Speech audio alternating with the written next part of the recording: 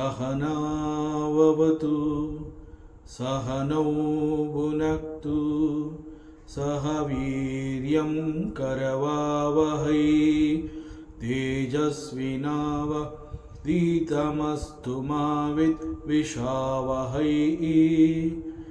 ओम शांति शांति ಶಾಂತಿ. ಶ್ರೀಕೃಷ್ಣ, ಸರ್ವೂ ನಿನ್ನ ಸೇವೆಯಾಗಲಿ ಸ್ವಾಮಿ. ಎಲ್ಲ ಆಧ್ಯಾತ್ಮ ಬಂಧುಗಳಿಗೂ ನಮಸ್ಕಾರ ಮತ್ತು ಜ್ಞಾನದರ್ಶನಂ ವೇದಿಕೆಗೆ ಸ್ವಾಗತ. ಧ್ವನಿ ಗುರುದೇವದಾಗಿರಲಿ, ವಿಚಾರ ಪರಮಾತ್ಮನದಾಗಿರಲಿ, ಹಾಗೂ ಇದು ನನ್ನದಲ್ಲದ ಕರ್ಮವಾಗಲಿ. ಶ್ರೀಮದ್ ಭಗವದ್ಗೀತಾ. ಮೊದಲಿಗೆ ಪ್ರಾರ್ಥನೆ. ಯಂ ಬ್ರಹ್ಮಾ ವರುಣೇಂದ್ರ ರುದ್ರಮರುತಃ ಸ್ತುನ್ವಂತಿ ದಿವ್ಯೈಸ್ತವೈಃ ವೇದೈಃ ಸಾಂಗಪದಕ್ರಮೋಪನಿಷದೈಃ ಗಾಯಂತಿ ಯಂ ಸಾಮಗಾಃ ಧ್ಯಾನಾವಸ್ಥಿತತದ್ಗತೇನ ಮನಸಾ ಪಶ್ಯಂತಿ ಯಂ ಯೋಗಿನೋ ಯಸ್ಯಾಂತಂ ನ ವಿದುಃ ಸುರಾಸುರಗಣ ದೇವಾಯ ತಸ್ಮೈ ನಮಃ. ದೇವಾಯ ತಸ್ಮೈ ನಮಃ. ಮೊದಲನೇ ಅಧ್ಯಾಯ, ಅರ್ಜುನ ವಿಷಾದ ಯೋಗ.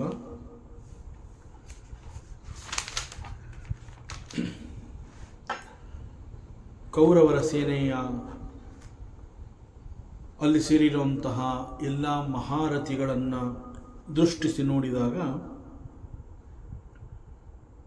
ಅರ್ಜುನನಲ್ಲಿ ಇದ್ದಂತಹ ಒಂದು ದೃಢ ವಿಶ್ವಾಸ ಅದು ನಾಶವಾಗತ್ತೆ. ಶತ್ರುಗಳನ್ನು ನೋಡಿ ಒಂದು ರೀತಿ ಮೋಹಕ್ಕೆ ಒಳಗಾಗಿ ಇವರೆಲ್ಲ ನನ್ನವರು ಅಂತ ಹೇಳಿ ತಿಳ್ಕೊತಾನೆ. ಸೊ ಈ ಯುದ್ಧ ಭೂಮಿನಲ್ಲಿ ನನ್ನ ಕಣ್ಣಿಗೆ ಕಾಣ್ತಾ ಇರುವಂತಹವರೆಲ್ಲ ಬಾಂಧವಾನ್ ಸ್ವಜನಃ, ನನ್ನ ಬಂಧು ಮಿತ್ರರು. ಸೊ ನನ್ನವರನ್ನು ನಾನು ಹೇಗೆ ಕೊಲ್ಲಲಿ? ಸೊ ಇಂತಹ ಒಂದು ಯೋಚನೆಗಳಿಂದ ಅರ್ಜುನ ಹತಾಶನಾಗ್ತಾನೆ. ಇದು ಕ್ರಮೇಣ ಅರ್ಜುನನ ಮನಸ್ಸಿನಲ್ಲಿ ಈ ಒಂದು ರೋಗ ಅಂತಂದರೆ ಒಂದು ಕಾಯಿಲೆ, ಇದು ಯಾವ ಥರ ಅಂತಂದರೆ ಮನೋವ್ಯಾಧಿ ಅಂತ ಹೇಳ್ತಾರೆ. ಇದು ಈ ರೋಗವನ್ನು ಅವನು ತಾನಾಗೆ ಬೆಳೆಸ್ಕೊಂಡಂಗೆ ಆಗುತ್ತೆ. ಬಟ್ ಪರಮಾತ್ಮ ಶ್ರೀಕೃಷ್ಣ ಅಲ್ಲೇ ಇರ್ತಾನೆ. ಅವನ ಈ ಒಂದು ಕಾಯಿಲೆಗೆ ಪರಮಾತ್ಮ ಕೊಡುವಂತಹ ದಿವ್ಯವಾದ ಔಷಧಿ ಅಂತಂದರೆ ಗೀತೆಯ ಉಪದೇಶ. ಸೊ ಅರ್ಜುನ ಈಗ ಈ ರೀತಿ ಹತಾಶನಾಗಿ ಪರಮಾತ್ಮನೊಂದಿಗೆ ಮಾತನಾಡ್ತಾ ಇದ್ದಾನೆ. ಅಂಡ್ ಅರ್ಜುನ ಹಿ ಕಂಟಿನ್ಯೂಸ್, ನ ಕಾಂಕ್ಷೆ ವಿಜಯಂ ಕೃಷ್ಣ ನ ಚ ರಾಜ್ಯಂ ಸುಖಾನಿ ಚ ಕಿಂ ನೋ ರಾಜ್ಯೇನ ಗೋವಿಂದ ಕಿಂ ಭೋಗೈರ್ಜೀವಿತೇನ ವಾ. ಅರ್ಜುನ ಹೇಳ್ತಾ ಇದ್ದಾನೆ, ಹೇ ಗೋವಿಂದ, ಯುದ್ಧದಲ್ಲಿ ವಿಜಯದ ಆಕಾಂಕ್ಷೆ ನನಗಿಲ್ಲ. ಯುದ್ಧವನ್ನು ಗೆಲ್ಲಬೇಕು ಅನ್ನುವಂತಹ ಒಂದು ಅಪೇಕ್ಷೆ, ಅಂತಹ ಆಸೆ ಕೂಡ ನನಗಿಲ್ಲ. ಮುಖ್ಯವಾಗಿ ಹೇಳಬೇಕು ಅಂತಂದರೆ I am not at all interested to fight this war. ನನಗೆ ಯುದ್ಧವೇ ಬೇಕಾಗಿಲ್ಲ. ಸೊ ಯುದ್ಧದ ಮೂಲಕ ಒಂದು ಗೆಲುವು, ಆ ಗೆಲುವಿನ ಕಾರಣದಿಂದ ರಾಜ್ಯ ಮತ್ತು ರಾಜ್ಯದಿಂದ ಸಿಗುವಂತಹ ಸುಖ, ಇದ್ಯಾವುದು ನನಗೆ ಬೇಕಿಲ್ಲ.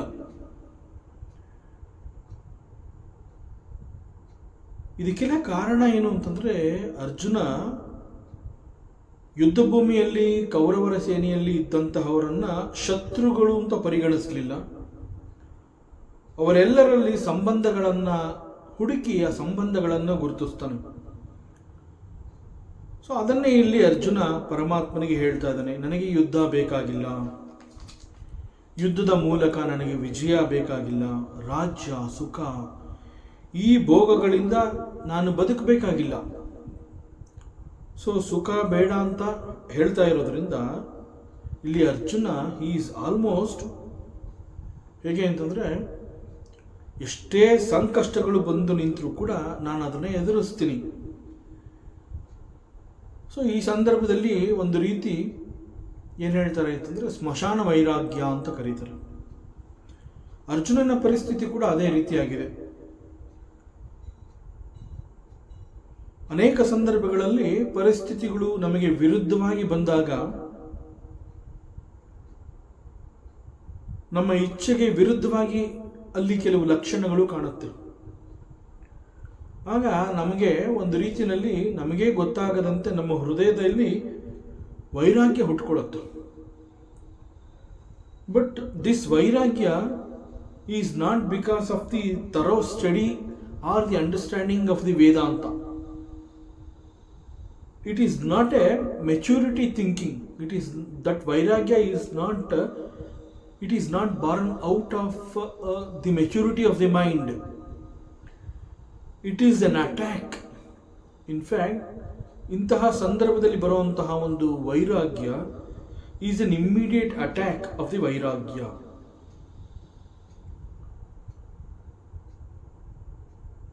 ಇವೆಲ್ಲ ಒಂದು ರೀತಿಯಲ್ಲಿ ಭಗವಂತನ ಲೀಲೆ ಅಥವಾ ಮಾಯೆ ಅಂತ ಹೇಳ್ತೀವಿ. ಯಾಕೆ ಹೀಗಾಯಿತು ಅಂತಂದರೆ, ಅರ್ಜುನನಿಗೆ ಸಂಪೂರ್ಣವಾಗಿ ಮನವರಿಕೆ ಆಗಿರುತ್ತೆ. ಯುದ್ಧ ಈಸ್ ಅನಿವಾರ್ಯ ಅನ್ನುವಂತಹದ್ದು ಅವನಿಗೆ ಸಂಪೂರ್ಣವಾಗಿ ಗೊತ್ತಾಗಿರುತ್ತೆ. ಯುದ್ಧವನ್ನು ಮಾಡುವ ಮೂಲಕ ನಾವು ನಮ್ಮ ರಾಜ್ಯವನ್ನು ನಾವು ಪಡ್ಕೋಬೇಕು. ಹಾಗೂ ಸಾಕಷ್ಟು ನಮಗೆ ತೊಂದರೆಗಳನ್ನು ಕೊಟ್ಟಿದ್ದಾರೆ ಈ ಕೌರವರು. ಒಂದ ಎರಡ, ಅರಗಿನ ಅರಮನೆಯಲ್ಲಿ ಇನ್ಕ್ಲೂಡಿಂಗ್ ದಿ ಕುಂತಿ ಅಷ್ಟೂ ಜನ ಪಾಂಡವರನ್ನ ಬೆಂಕಿ ಹಾಕಿ ಕೊಲ್ಲಬೇಕು ಅಂತ ಪ್ಲಾನ್ ಮಾಡಿರ್ತಾರೆ. ತುಂಬಿದ ಸಭೆಯಲ್ಲಿ ದ್ರೌಪದಿಗೆ ಅವಮಾನ ಮಾಡಿರ್ತಾರೆ. ಹೀಗೆ ಬಹಳ ಚಿಕ್ಕ ವಯಸ್ಸಿನಿಂದ ಈ ನೋವುಗಳನ್ನೆಲ್ಲ ಅನುಭವಿಸಿರ್ತಾರೆ. ಸೊ ಇದೆಲ್ಲ ಅರ್ಜುನನಿಗೆ ಗೊತ್ತಾಗಿದೆ. ಸೊ ಯುದ್ಧ ಅನಿವಾರ್ಯ ಅಂತ ಗೊತ್ತಾದಾಗ ನಾನು ಯುದ್ಧವನ್ನು ಯಾರ ಜೊತೆ ಮಾಡ್ತಾ ಇದ್ದೀನಿ ಅನ್ನುವಂತಹದ್ದು ಅರ್ಜುನನಿಗೆ ಗೊತ್ತು.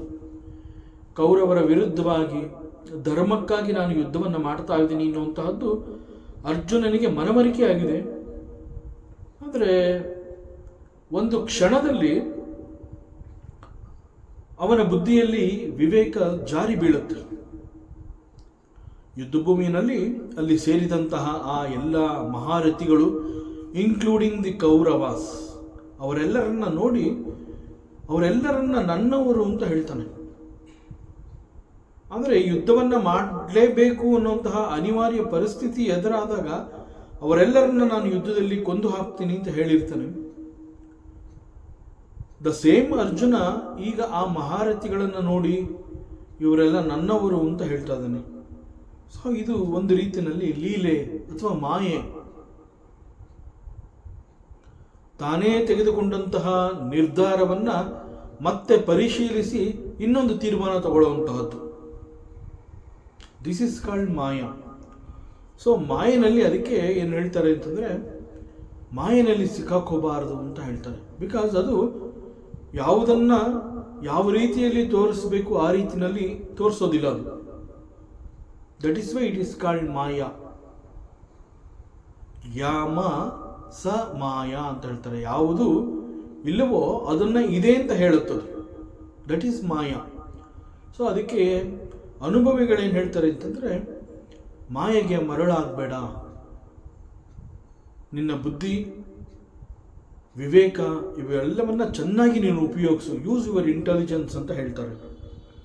ಸೊ ಯಾವುದಕ್ಕೂ ನೀನು ಅಂಟ್ಕೋಬೇಡ ನೀನು. ಬಿಕಾಸ್ ಆಫ್ ದಿ ಅಟ್ಯಾಚ್ಮೆಂಟ್ಸ್ ಆ ಡಿಸಿಷನ್ಸ್ಗಳೆಲ್ಲ ಚೇಂಜ್ ಆಗ್ತಾ ಬರುತ್ತೆ. That is what happen to Arjuna here. So unexpected ಆಗಿ ನಾವೆಲ್ಲ ಇಂತಹ ಪರಿಸ್ಥಿತಿಯನ್ನು ಎದುರಿಸಿರ್ತೀವಿ. ಮನೆಯಲ್ಲಿ ಒಂದು ಅನ್ಎಕ್ಸ್ಪೆಕ್ಟೆಡ್ ಆಗಿ ಒಂದು ಸಾವು ಸಂಭವಿಸಿದಾಗ, ಅಥವಾ ಎಕ್ಸ್ಪೆಕ್ಟ್ ಮಾಡದೇ ಇರುವಂತಹ ಒಂದು ಕಾಯಿಲೆ ಬಂದಾಗ, ಅಥವಾ ನಾವು ಮಾಡ್ತಾ ಇದ್ದಂತಹ ವ್ಯಾಪಾರದಲ್ಲಿ ನಷ್ಟ ಉಂಟಾದಾಗ, ಇಂತಹ ಸಂದರ್ಭದಲ್ಲಿ ಈ ಒಂದು ಫೀಲಿಂಗ್ ಬರೋದು ಸಹಜ. ಯಾಕೆಂತಂದರೆ ಆ ಕ್ಷಣದಲ್ಲಿ ಎಕ್ಸ್ಪೆಕ್ಟ್ ಮಾಡದೇ ಇದ್ದಾಗ ಆ ರೀತಿ ಆದಾಗ ಮುಂದೆ ಏನು ಗತಿ ಎನ್ನುವಂತಹದ್ದು ತೋಚೋದಿಲ್ಲ. ಆ ಸಂದರ್ಭದಲ್ಲಿ ಸ್ವಲ್ಪ ಡಿಸ್ಟರ್ಬ್ ಆಗುವಂತಹದ್ದು ಸಹಜ. ಅಂಡ್ ದಟ್ ಈಸ್ ಕಾಲ್ಡ್ ಸ್ಮಶಾನ ವೈರಾಗ್ಯ. ಅಂಡ್ ಈವನ್ ನಾವು ಸ್ಮಶಾನ ವೈರಾಗ್ಯ ಅಂತ ಹೇಳಿದ್ರು ಕೂಡ it can stay with us for a very short period. ಸ್ವಲ್ಪ ಸಮಯದ ನಂತರದಲ್ಲಿ ನಾವೇ ಚೇತರಿಸಿಕೊಂಡು ಮತ್ತೆ we get attach to the worldly objects. So ಅದರಿಂದ ಸಡನ್ ಆಗಿ ಮನಸ್ಸಿನಲ್ಲಿ, ಬುದ್ಧಿಯಲ್ಲಿ, ಹೃದಯದಲ್ಲಿ ಬರುವಂತಹ ವೈರಾಗ್ಯ ಈಸ್ ನಾಟ್ ದಿ ರಿಯಲ್ ವೈರಾಗ್ಯ. ಅದರಿಂದ ಮಾಯೆಗೆ ಅಂಟ್ಕೋಬೇಡ ಅಂತ ಹೇಳ್ತಾರೆ. ಇಲ್ಲಿ ಅರ್ಜುನನ ಮನಸ್ಸಿನಲ್ಲಿ ಕೂಡ because of the lack of clarity in the mind, ಆ ಯುದ್ಧ ಭೂಮಿಯಲ್ಲಿ ಅಲ್ಲಿ ನೋಡಿದಂತಹ ಜನಗಳನ್ನ ಸ್ವಬಾಂಧವಾನ್ ಅಂತ ಕರೀತಾನೆ. ಇವರೆಲ್ಲ ನನ್ನ ಜನಗಳು, ನನ್ನ ಜನಗಳನ್ನು ನಾನು ಹೇಗೆ ಕೊಲ್ಲಲಿ? ಸೊ ಶತ್ರುಗಳನ್ನ ಬಂಧುಗಳಂತೆ ನಾವು ನೋಡಿರ್ತಾನಲ್ಲಿ. ಸೊ ಒಂದು ರೀತಿಯ ಮೋಹಕ್ಕೆ ಒಳಗಾಗಿ ನನಗೆ ಏನೂ ಬೇಡ, ಯುದ್ಧ ಬೇಡ, ವಿಜಯ ಬೇಡ, ಗೆಲುವು ಬೇಡ, ಇವುಗಳಿಂದ ಸಿಗುವಂತಹ ಸುಖ ಭೋಗ ಯಾವುದೂ ಬೇಡ, ಇದ್ಯಾವುದು ನನ್ನ ಬದುಕಿಗೆ ಬೇಕಾಗಿಲ್ಲ. So in total I do not want to fight this war, ಈ ರೀತಿ ಹೇಳ್ತಾನೆ. ಯೇಷಾಮರ್ಥೇ ಕಾಂಕ್ಷಿತಂ ನಃ ರಾಜ್ಯಂ ಭೋಗಾಃ ಸುಖಾನಿ ಚ ತೈಮೇವ ಸ್ಥಿತಾ ಯುದ್ಧೇ ಪ್ರಾಣಾಂ ತ್ಯಕ್ತ್ವಾ ಧನಾನಿ ಚ ಆಚಾರ್ಯಃ ಪಿತರಃ ಪುತ್ರಾಃ ತಥೈವಾಚ ಪಿತಾಮಹಾಃ ಮಾತುಲಾಃ ಶ್ವಶುರಾಃ ಪೌತ್ರಾಃ ಶಾಲಾ ಸಂಬಂಧಿನಸ್ತತಾ. ಸೊ ಇಲ್ಲಿ ಅರ್ಜುನನ ಪರಿಸ್ಥಿತಿಯನ್ನು ಗಮನಿಸಿದ್ರೆ ನಮಗೇನು ಅನ್ಸುತ್ತೆ ಅಂತಂದ್ರೆ, ಯಾಕೆ ಅರ್ಜುನ ಈ ರೀತಿ ಮಾತನಾಡ್ತಾ ಇದ್ದಾನೆ? ಅವನು ನೇರವಾಗಿ ಇಲ್ಲಿ ಭಗವಂತನನ್ನೇ ಪ್ರಶ್ನೆ ಮಾಡ್ತಾ ಇದ್ದಾನೆ. ಹೇ ಕೃಷ್ಣ, ಹೇ ಪರಮಾತ್ಮ, ಈ ಯುದ್ಧ ನಾನು ಮಾಡಬೇಕಾ ಅಂತ ಹೇಳಿ ಪರಮಾತ್ಮನನ್ನು ಪ್ರಶ್ನೆ ಮಾಡ್ತಾ ಇದ್ದಾನೆ. ಯುದ್ಧ ಮಾಡೋದು, ರಾಜ್ಯ ಗಳಿಸುವಂತಹದ್ದು, ಇಲ್ಲಿ ಸಂಭವಿಸುವಂತಹ ಸಾವು ನೋವುಗಳನ್ನೆಲ್ಲ ಅದಕ್ಕೆಲ್ಲ ನಾನು ಕಾರಣ ಆಗಬೇಕು, ಅಂತಹ ಯುದ್ಧ ನನಗೆ ಬೇಕಾ ಅಂತ ಹೇಳಿ ನೇರವಾಗಿ ಪರಮಾತ್ಮನನ್ನ ಅವನು ಪ್ರಶ್ನೆ ಮಾಡ್ತಾ ಇದ್ದಾನೆ. ಮತ್ತು ಅವನು ಹೇಳ್ತಾನೆ, what is the use of this type of ಸುಖ? ನಮ್ಮವರನ್ನೇ ಕೊಂದು ಅದನ್ನ ಗೆಲುವು ಅಂತ ಸ್ವೀಕರಿಸಿ ಆ ಮೂಲಕ ರಾಜ್ಯ, ಪದವಿ, ಅಧಿಕಾರ, ಸುಖ, ಭೋಗ ಇವುಗಳನ್ನ ನಿಜವಾಗ್ಲೂ ಅನುಭವಿಸಕ್ಕಾಗತ್ತಾ? ಈ ರೀತಿ ಆದರೆ ಇಂತಹ ಸುಖ ಬೇಕಾ? ಹೀಗೆ ಅರ್ಜುನ ಪ್ರಶ್ನೆ ಮಾಡ್ತಾ ಇದ್ದಾನೆ. ಹೇ ಪರಮಾತ್ಮ, ಯಾರಿಗಾಗಿ ನಾನು ಯುದ್ಧವನ್ನ ಮಾಡಿ ಜಯವನ್ನ ತಂದು ಅವರೆಲ್ಲರಿಗೆ ನಾನು ಈ ಜಯವನ್ನ ಕೊಡಬೇಕು ಅಂತ ಅನ್ಕೊಂಡಿದ್ದೆ, ಅಂತಹ ಜನಗಳೇ ಇಲ್ಲಿ ಬಂದು ಸೇರಿದ್ದಾರೆ.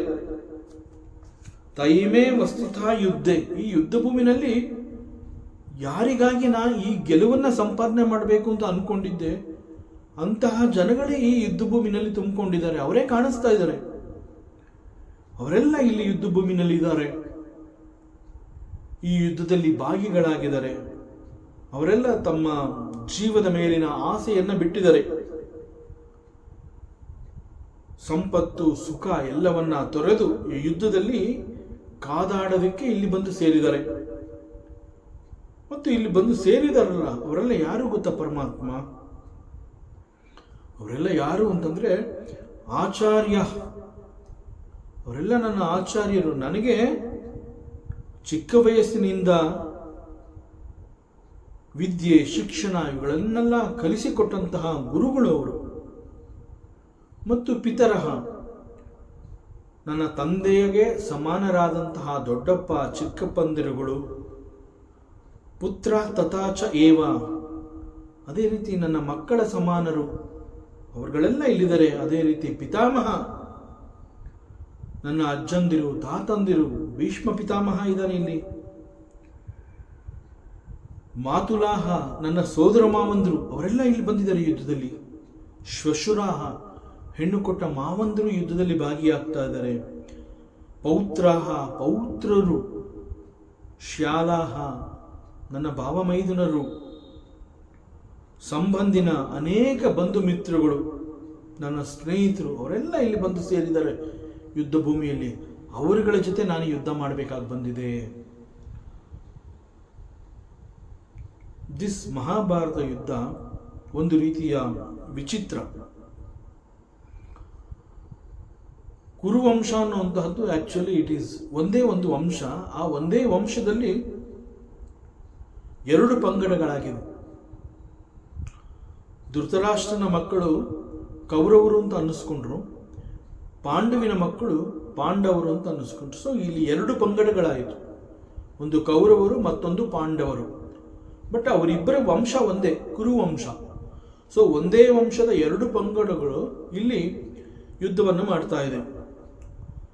ಸೊ ಈ ಒಂದು ಚಿತ್ರಣವನ್ನ ಅರ್ಜುನ ಇಲ್ಲಿ ಈ ಸಮಯದಲ್ಲಿ ಪರಮಾತ್ಮ ಶ್ರೀಕೃಷ್ಣನೊಂದಿಗೆ ಹೇಳ್ಕೊತಾ ಇದ್ದಾನೆ.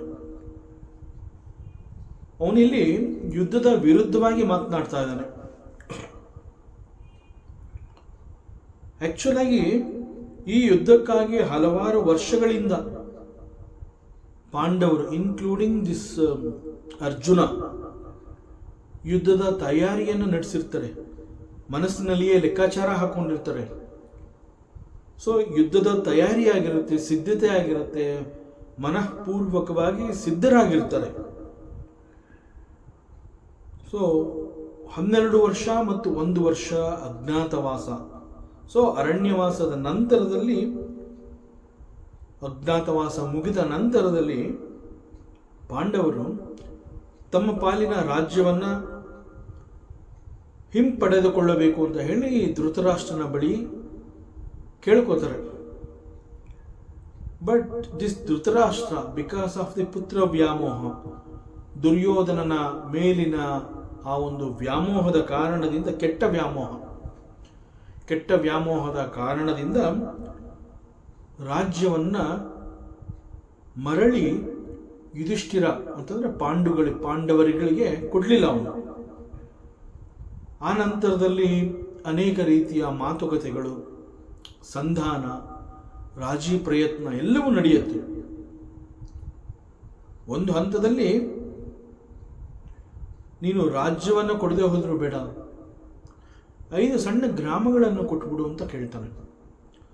ಸೊ ಹೀಗೆ ಅನೇಕ ರೀತಿಯ ಸಂಧಾನ, ಮಾತುಕತೆಗಳೆಲ್ಲವೂ ನಡೆದಿರುತ್ತೆ. ಸೊ ಯಾವುದೂ ಕೂಡ ಫಲಪ್ರದವಾಗಿ ಹೊರಬರಲಿಲ್ಲ. ಆಗ ಯುದ್ಧ ಅನಿವಾರ್ಯ. ಯುದ್ಧವನ್ನ ಮಾಡಿ, ಯುದ್ಧವನ್ನ ಜಯಿಸಿ ರಾಜ್ಯವನ್ನ ಪಡೆದುಕೊಳ್ಳಬೇಕಾದಂತಹ ಪರಿಸ್ಥಿತಿ ನಿರ್ಮಾಣ ಆಯಿತು. ಸೊ ಯುದ್ಧವನ್ನು ಮಾಡಲೇಬೇಕಾದ ಪರಿಸ್ಥಿತಿನಲ್ಲಿ ವಿಧಿ ಎನ್ನುವಂತಹದ್ದು ಅರ್ಜುನನನ್ನ ಯುದ್ಧ ಭೂಮಿಗೆ ಕರ್ಕೊಂಡ್ಬಂದಿದೆ ಇಲ್ಲಿ. ಆದರೆ ಇಲ್ಲಿ ಅರ್ಜುನ ವಿಧಿಯ ಕೈಯಿಂದ ತಪ್ಪಿಸ್ಕೋಬೇಕು ಅಂತ ಹಿ ಈಸ್ ಟ್ರೈಯಿಂಗ್. ಯುದ್ಧ ಬೇಡ ಅಂತ ಹೇಳಿ ಅನೇಕ ಬೇರೆ ಬೇರೆ ಕಾರಣಗಳನ್ನು ಕೊಡ್ತಾ ಇದ್ದಾನೆ. ಮತ್ತು ತನ್ನ ಧರ್ಮವನ್ನ ಮರೆತಿದ್ದಾನೆ. ತಾನೊಬ್ಬ ಕ್ಷತ್ರಿಯ ಅನ್ನುವಂತಹದ್ದನ್ನು ಮರೆತಿದ್ದಾನೆ. ಒಬ್ಬ ಮೂಢನಂತೆ, ಮೂರ್ಖನಂತೆ, ರಣಹೇಡಿಯಂತೆ ಅವನು ಬಿಹೇವ್ ಮಾಡ್ತಾ ಇದ್ದಾನೆ. ಅಗೇನ್ ಅಂಡ್ ಅಗೇನ್ ಪರಮಾತ್ಮ ಶ್ರೀಕೃಷ್ಣನಲ್ಲಿ ನನಗೆ ಯಾಕೆ ಯುದ್ಧ ಬೇಡ ಅಂತ ಹೇಳೋದಕ್ಕೆ ಅನೇಕ ಬೇರೆ ಬೇರೆ ಕಾರಣಗಳನ್ನ, ಆ ಯಾವ ಕಾರಣಗಳಲ್ಲೂ ಕೂಡ ಸತ್ಯ ಇಲ್ಲ, ಆದರೂ ಕೂಡ ಮತ್ತೆ ಮತ್ತೆ ಕಾರಣಗಳನ್ನು ಕೊಡ್ತಾ ನನಗೆ ಯುದ್ಧ ಬೇಡ ಅನ್ನುವಂತಹದ್ದನ್ನ ಪರಮಾತ್ಮ ಕೃಷ್ಣನೊಂದಿಗೆ ಮಾತನಾಡ್ತಾ ಇದ್ದಾನೆ. ಅರ್ಜುನ ಮಾತನಾಡ್ತಾ ಇರುವಂತಹ ಆ ಎಲ್ಲ ಮಾತುಗಳನ್ನು ಬಹಳ ಗಾಂಭೀರ್ಯದಿಂದ ಪರಮಾತ್ಮ ಶ್ರೀಕೃಷ್ಣ ಕೇಳಿಸ್ಕೊತಾ ಇದ್ದಾನೆ. ಕೇಳಿಸ್ಕೊಂಡು ಬಹಳ ವ್ಯಂಗ್ಯವಾಗಿ ತುಟಿಯಂಚಿನಲ್ಲಿ ನಗುವನ್ನು ತಂದುಕೊಂಡು ವ್ಯಂಗ್ಯವಾಗಿ ಅರ್ಜುನನನ್ನು ನೋಡ್ತಾನೆ. In spite of that, Arjuna ಪರಮಾತ್ಮ ಕೃಷ್ಣ ನನ್ನನ್ನು ಬಹಳ ವ್ಯಂಗ್ಯವಾಗಿ ನೋಡ್ತಾ ಇದ್ದಾನೆ ಅನ್ನುವಂತಹದ್ದು ಕೂಡ ಅವನ ಗಮನಕ್ಕೆ ಬರ್ತಾ ಇಲ್ಲ. ಅವನ ಪ್ರಕಾರ, ಅರ್ಜುನನ ಪ್ರಕಾರ, ಪರಮಾತ್ಮ ಕೃಷ್ಣ ಅಂತಂದ್ರೆ ಹೀ ಈಸ್ ಮೈ ಸಖ, ಹೀ ಈಸ್ ಮೈ ಫ್ರೆಂಡ್, ಜೊತೆಗೆ ಹೀ ಈಸ್ ಮೈ ಸಾರಥಿ ಆಲ್ಸೋ. ಸೊ ಈಗ ನಾನು ಸ್ನೇಹಿತನೊಂದಿಗೆ ಮನಸ್ಸು ಬಿಚ್ಚಿ ಮಾತನಾಡ್ತಾ ಇದ್ದೀನಿ. ಯಾಕೆ ಯುದ್ಧ ಬೇಡ ಅನ್ನುವಂತಹದ್ದನ್ನ ಕಾರಣಗಳನ್ನು ಕೊಟ್ಟು ತಿಳಿಸ್ತಾ ಇದ್ದೀನಿ. ಸೊ ಅವನ ಅರ್ಜುನನ ಥಿಂಕಿಂಗ್ ಏನು ಅಂತಂದ್ರೆ, since Krishna is my friend, ನಾನು ಕೊಡ್ತಾ ಇರುವಂತಹ ಕಾರಣಗಳನ್ನು ಅವನು ಕನ್ಸಿಡರ್ ಮಾಡಬಹುದು. That is his thinking. ನನಗೆ ಅವನು ಬೆಂಬಲವನ್ನು ಕೊಡ್ತಾನೆ. ನಾನು ಯಾಕೆ ಯುದ್ಧವನ್ನು ಬೇಡ ಅಂತ ಹೇಳ್ತಾ ಇದ್ದೀನಿ ಅದನ್ನು ಅವನು ಒಪ್ಕೋತಾನೆ ಎನ್ನುವಂತಹ ನಂಬಿಕೆ ಅರ್ಜುನನಿಗಿದೆ. ಬಟ್ ಅರ್ಜುನ ಮಾತನಾಡ್ತಾ ಇರುವಂತಹ ಈ ಎಲ್ಲ ಸಂದರ್ಭದಲ್ಲೂ ಕೂಡ ಪರಮಾತ್ಮ ಮೌನವಾಗಿ ಎಲ್ಲವನ್ನ ಕೇಳಿಸ್ಕೊತಾ ಇದ್ದಾನೆ. He is not at all speaking. So ಪರಮಾತ್ಮ ಏನು ಮಾತನಾಡ್ತಾನೆ ಇಲ್ವಲ್ಲ ಅಂತ ಹೇಳಿ ಅರ್ಜುನ ಅಗೇನ್ ಹಿ ಕಂಟಿನ್ಯೂಸ್.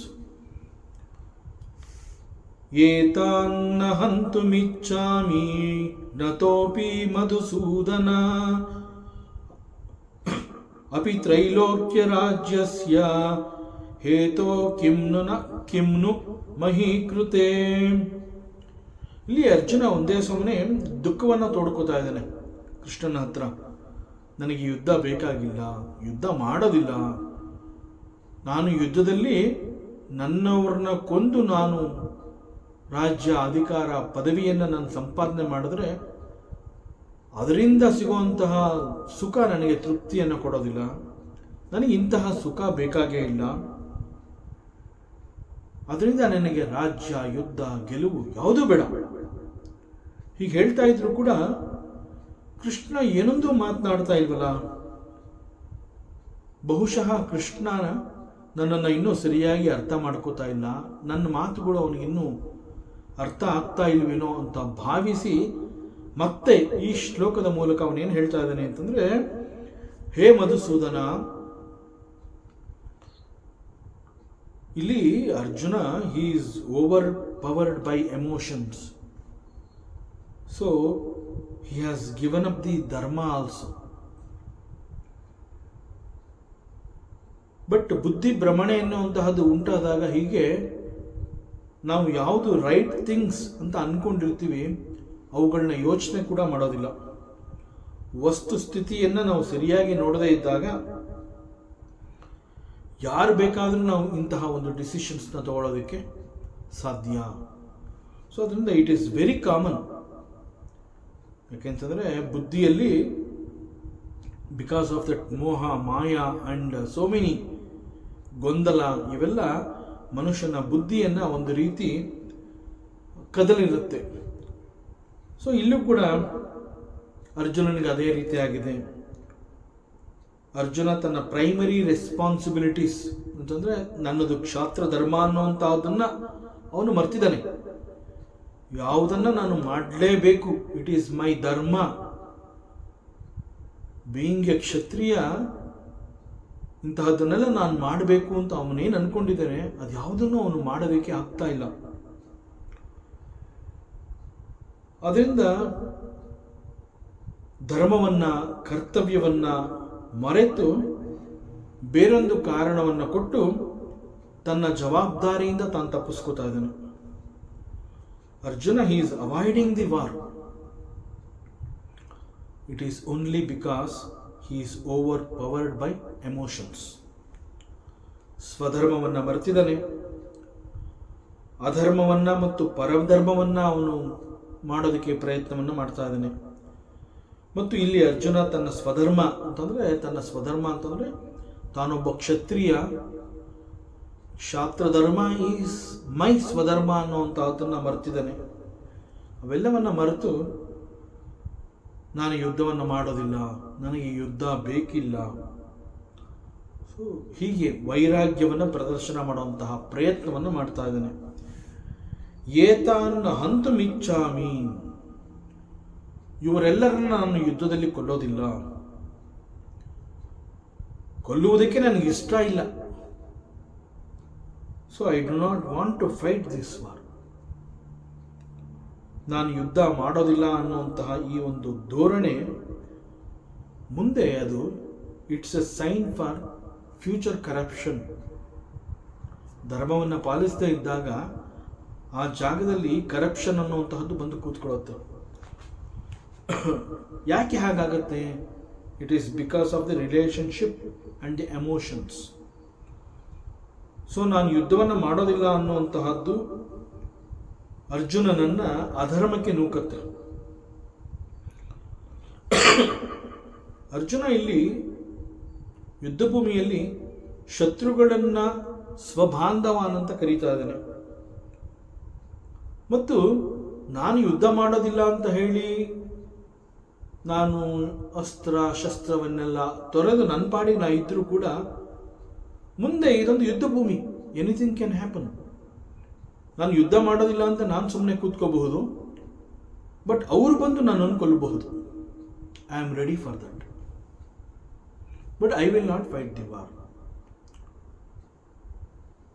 ನನ್ನನ್ನು ಕೊಲ್ಲುವಂತಹ ಪರಿಸ್ಥಿತಿ ಎದುರಾದರೂ ಕೂಡ ನಾನು I will not fight the war. ಅವ್ರು ಬೇಕಾದ್ರೆ ಬಂದು ನನ್ನನ್ನು ಕೊಲ್ಲಲಿ, ನನ್ನನ್ನು ಸಾಯಿಸಲಿ, let them kill me. So this attitude of Arjuna is adharma for a Kshatriya. So ಇಲ್ಲಿ ಕ್ಷಾತ್ರ ಧರ್ಮ ಆಕ್ಚುಲ್ ಆಗಿ ಏನು ಹೇಳುತ್ತೆ? ಒಬ್ಬ ಕ್ಷತ್ರಿಯ ಅನ್ನುವಂತಹವನು he should not run away from the battle field. ರಣಹೇಡಿಯಂತೆ ಅವನು ಯುದ್ಧ ಭೂಮಿಯಿಂದ ಓಡಿ ಹೋಗಬಾರ್ದು. ದಟ್ ಈಸ್ ದಿ ಕ್ಷಾತ್ರ ಧರ್ಮ. ಸೊ ಅಲ್ಲಿ ಮಾಡು ಇಲ್ಲವೇ ಮಡಿ ಅಂತಂದ್ರೆ ಯು ಫೈಟ್ ದಿ ವಾರ್. ಅಲ್ಲಿ ಗೆಲ್ಲಬಹುದು ಅಥವಾ ನಿನ್ನ ಮರಣ ಆಗಬಹುದು, but as a Kshatriya you should not run away from the battlefield. This is the kshatra dharma. But ಇಲ್ಲಿ ಅರ್ಜುನ ತನ್ನ ಧರ್ಮವನ್ನು ಬಿಟ್ಕೊಟ್ಬಿಟ್ಟಿದ್ದಾನೆ. I will not fight the war. ಅವ್ರು ಬೇಕಾದ್ರೆ ಬಂದು ನನ್ನನ್ನು ಕೊಲ್ಲಲಿ, ಅವ್ರು ನನ್ನನ್ನು ಕೊಂದರೂ ಪರವಾಗಿಲ್ಲ. ಹೀಗೆ ಯುದ್ಧ ಭೂಮಿಯಲ್ಲಿ ಎಲ್ಲ ಸಾಮರ್ಥ್ಯವಿದ್ದೂ ಕೂಡ ನಾನು ಯುದ್ಧವನ್ನು ಮಾಡೋದಿಲ್ಲ. ಮತ್ತು ಅಲ್ಲಿ ಅನೇಕ ಕಾರಣಗಳಿದೆ ಯಾಕೆ ಯುದ್ಧವನ್ನು ಮಾಡಬೇಕು ಅನ್ನುವಂತಹದ್ದು.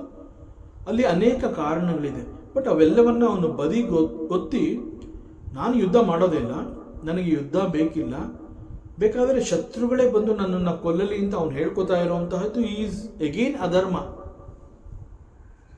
ಜ್ಞತೋಪಿ ಜ್ಞಾತಃ ಅಪಿ ಅಂತಂದ್ರೆ ನನ್ನನ್ನು ಅವ್ರು ಸಾಯಿಸಿದ್ರೂ ಪರವಾಗಿಲ್ಲ, ಅವರುಗಳೇ ಬಂದು ನನ್ನನ್ನು ಕೊಂದರೂ ಪರವಾಗಿಲ್ಲ. ಹೇ ಮಧುಸೂದನ, ಇಲ್ಲಿ ಮಧುಸೂದನ ಅನ್ನುವಂತಹ ಒಂದು ಹೆಸರಿನಿಂದ ಪರಮಾತ್ಮನನ್ನ ಅರ್ಜುನ ಕರೀತಾ ಇರುವಂತಹದ್ದು ಬಹಳ ಸಮಯೋಚಿತವಾದಂತಹ ಒಂದು ಹೆಸರದು. ಯಾಕೆಂತಂದ್ರೆ ಇಲ್ಲಿ ಅರ್ಜುನ ಅನೇಕ ಕಾರಣಗಳನ್ನ ಕೊಡ್ತಾ ಇದ್ದಾನೆ. ಇಲ್ಲಿ ಒಂದು ಬುದ್ಧಿಭ್ರಮಣೆ, ಮತಿಭ್ರಮಣೆ ಅಂತ ನಾವೇನೇ ಹೇಳಿದ್ರು ಕೂಡ ಅವನು why I will not fight the war ಅನ್ನುವಂತಹದ್ದಕ್ಕೆ ಸೂಕ್ತವಾದ ಉತ್ತರಗಳನ್ನ ಕೊಡ್ತಾ ಇದ್ದೀನಿ. ಮತ್ತು ಅದನ್ನೇ ಮುಂದುವರಿಸಿ ಇಲ್ಲಿ ಪರಮಾತ್ಮ ಕೃಷ್ಣನನ್ನ ಮಧುಸೂದನ ಅಂತ ಕರೆದಿದ್ದಾನೆ. ಇದು ಶ್ರೀಕೃಷ್ಣನ ಮತ್ತೊಂದು ಹೆಸರು ಮಧುಸೂದನ ಅಂತ. Why Krishna is called Madhusudana? Because Madhu ಅನ್ನುವಂತಹವನು ಒಬ್ಬ ರಾಕ್ಷಸ. ಒಮ್ಮೆ ಪರಮಾತ್ಮ ಕೃಷ್ಣ ಈ ಮಧು ಅನ್ನುವಂತಹ ರಾಕ್ಷಸನನ್ನ ಸಂಹಾರ ಮಾಡಿದ್ದ, ಕೊಂದು ಹಾಕಿದ್ದ. ಸೊ ಅವನು ಇಲ್ಲಿ ಏನು ಹೇಳ್ತಾ ಇದ್ದಾನೆ ಅಂದ್ರೆ ಅದನ್ನ ಜ್ಞಾಪಿಸ್ತಾ ಇದ್ದಾನೆ. ನೀನು ಕೊಂದಿರೋದು ಯಾರನ್ನ? ಒಬ್ಬ ರಾಕ್ಷಸನನ್ನ. So you are Madhusudana. ಒಬ್ಬ ರಾಕ್ಷಸನನ್ನ ಕೊಂದು ಹಾಕುವಂತಹದ್ದು ಧರ್ಮ. I do agri. ಬಟ್ ಇಲ್ಲಿ ಈ ಯುದ್ಧ ಭೂಮಿನಲ್ಲಿ ನನ್ನ ಎದುರುಗಡೆ ಅಂತಹ ರಾಕ್ಷಸರು ಯಾರು ಇಲ್ಲವಲ್ಲ. ನನ್ನ ಎದುರುಗಡೆ ನಿಂತಿರೋರು ಯಾರು? ಅವರೆಲ್ಲ ನನ್ನ ಸಂಬಂಧಿಗಳು, ಸ್ವಬಾಂಧವ, ನನ್ನ ಬಂಧು ಮಿತ್ರರು. ಅವರೆಲ್ಲ ನೀನು ನೋಡಿದ್ರೆ ಒಬ್ಬ ರಾಕ್ಷಸನನ್ನು ಕೊಂದು ಹಾಕಿದ್ಯಾ. ಆ ರೀತಿ ಇಲ್ಲೂ ಕೂಡ ಒಬ್ಬ ರಾಕ್ಷಸ ಇದ್ದಿದ್ರೆ ನಾನು ಕೊಲ್ತಾ ಇದ್ದೆ, ಯುದ್ಧ ಮಾಡ್ತಾ ಇದ್ದೆ. ಆದರೆ ಇಲ್ಲಿ ಅಂತಹ ರಾಕ್ಷಸರು ಇಲ್ಲ ಅಂತ ಹೇಳಿ he is giving a reason why I do not want to fight this war. So ಈ ಯುದ್ಧ ಭೂಮಿನಲ್ಲಿ ಸೇರಿರೋರೆಲ್ಲ ಆಲ್ ಆಫ್ ದೆಮ್ ಆರ್ ಸ್ವಜನಂ, ಅವರೆಲ್ಲ ನನ್ನವರು. ರಾಕ್ಷಸನನ್ನು ಕೊಂದಷ್ಟು ಸುಲಭದಲ್ಲಿ ಸ್ವಜನಂ, ಬಂಧು ಮಿತ್ರರನ್ನು ಕೊಲ್ಲೋದಕ್ಕೆ ಆಗೋದಿಲ್ಲ. ನೀನೇ ಯೋಚನೆ ಮಾಡು. ಒಬ್ಬ rakshasa is not required to this bhumi, so you can kill him. But ನನ್ನ ಸ್ವಜನರು ಇವರೆಲ್ಲ, ಇವ್ರು ಯಾರು ರಾಕ್ಷಸರೇ ಅಲ್ಲ, ಇವ್ರನ್ನ ಹೇಗೆ ಕೊಲ್ಲೋದು? It is difficult. ಆದ್ರಿಂದ ನನ್ನವರನ್ನು ನಾನು ಕೊಲ್ಲಲಾರೆ.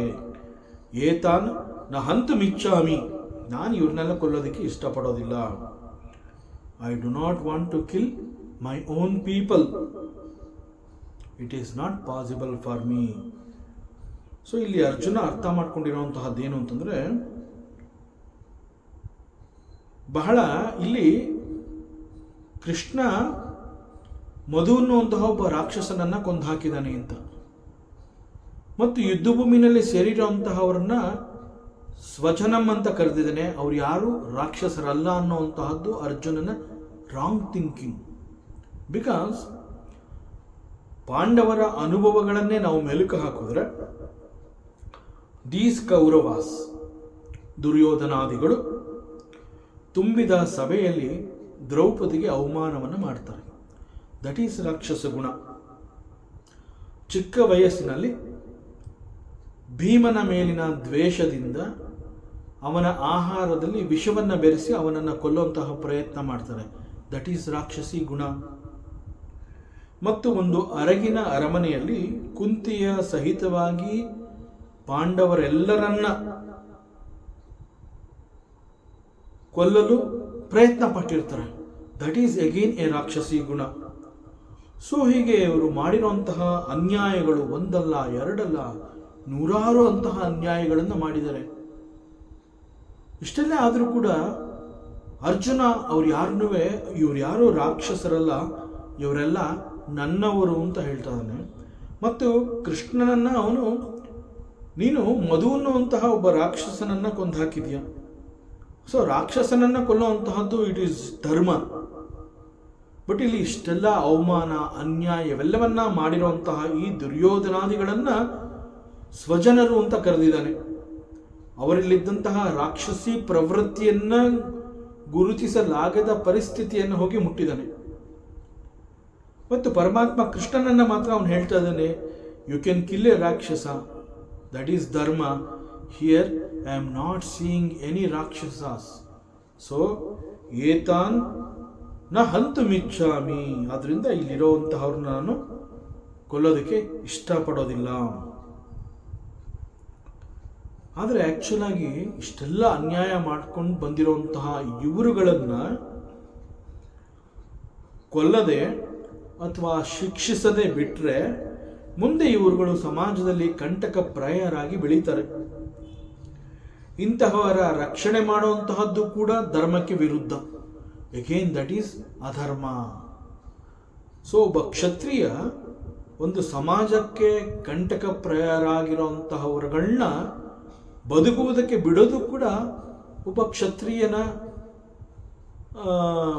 ಅವನ ಕಣ್ಣು ಮುಂದೆ ಇಂತಹವರು ಕಂಡು ಬಂದಾಗ ಅವ್ರನ್ನ ಕೊಲ್ಲುವಂತಹದ್ದು ಅವನ ಧರ್ಮ. ಆದರೆ ಇಲ್ಲಿ ಇಂತಹವ್ರನ್ನ ಬೆಳೆಯೋದಕ್ಕೆ ಬಿಟ್ಟರೆ ಅವರೆಲ್ಲ ಕಂಟಕ ಪ್ರಾಯರಾಗ್ತಾರೆ. ಈಗಾಗಲೇ ಅವರು ಅನೇಕ ಅನ್ಯಾಯಗಳನ್ನು ಮಾಡಿ ಆಗಿದೆ. ಅವೆಲ್ಲವನ್ನ ಅನುಭವಿಸಿದ್ರು ಕೂಡ ಅರ್ಜುನ ಅವರಲ್ಲಿ ಆ ಒಂದು ರಾಕ್ಷಸಿ ಪ್ರವೃತ್ತಿಯನ್ನು ನೋಡ್ತಾ ಇಲ್ಲ. ಸೊ ದಿಸ್ ಈಸ್ ಅಧರ್ಮ ಆಫ್ ಎ ಕ್ಷತ್ರಿಯ. ಸೊ ಹೀಗೆ ಅರ್ಜುನ ಬಿಕಾಸ್ ಆಫ್ ದಟ್ ಬುದ್ಧಿ ದೋಷ ಧರ್ಮ ಸ್ವಧರ್ಮಗಳನ್ನು ಗಾಳಿನಲ್ಲಿ ತೂರಿ ಬಿಟ್ಬಿಟ್ಟಿದ್ದಾನೆ. ಯುದ್ಧ ಭೂಮಿಯಲ್ಲಿ ಇಂತಹವ್ರನ್ನ ನೋಡಿ, ಈ ರಾಕ್ಷಸಿ ಪ್ರವೃತ್ತಿ ಜನಗಳನ್ನು ನೋಡಿ ಅವರುಗಳನ್ನ ನನ್ನವರು ಅಂತ ಹೇಳ್ತಾ ಇದ್ದಾನೆ. ದಿಸ್ ಈಸ್ ಕಾಲ್ಡ್ ಬುದ್ಧಿ ದೋಷ ಆರ್ ಮತಿಭ್ರಮಣೆ. ಸೊ ಅವನು ಹೇಳ್ತಾನೆ, ಮೂರೂ ಲೋಕದ ರಾಜ್ಯದ ಪದವಿ ಅಧಿಕಾರಗಳು ದೊರೆತರೂ ಕೂಡ ನಾನು ಇಂತಹವರನ್ನ ಕೊಲ್ಲಲಾರೆ.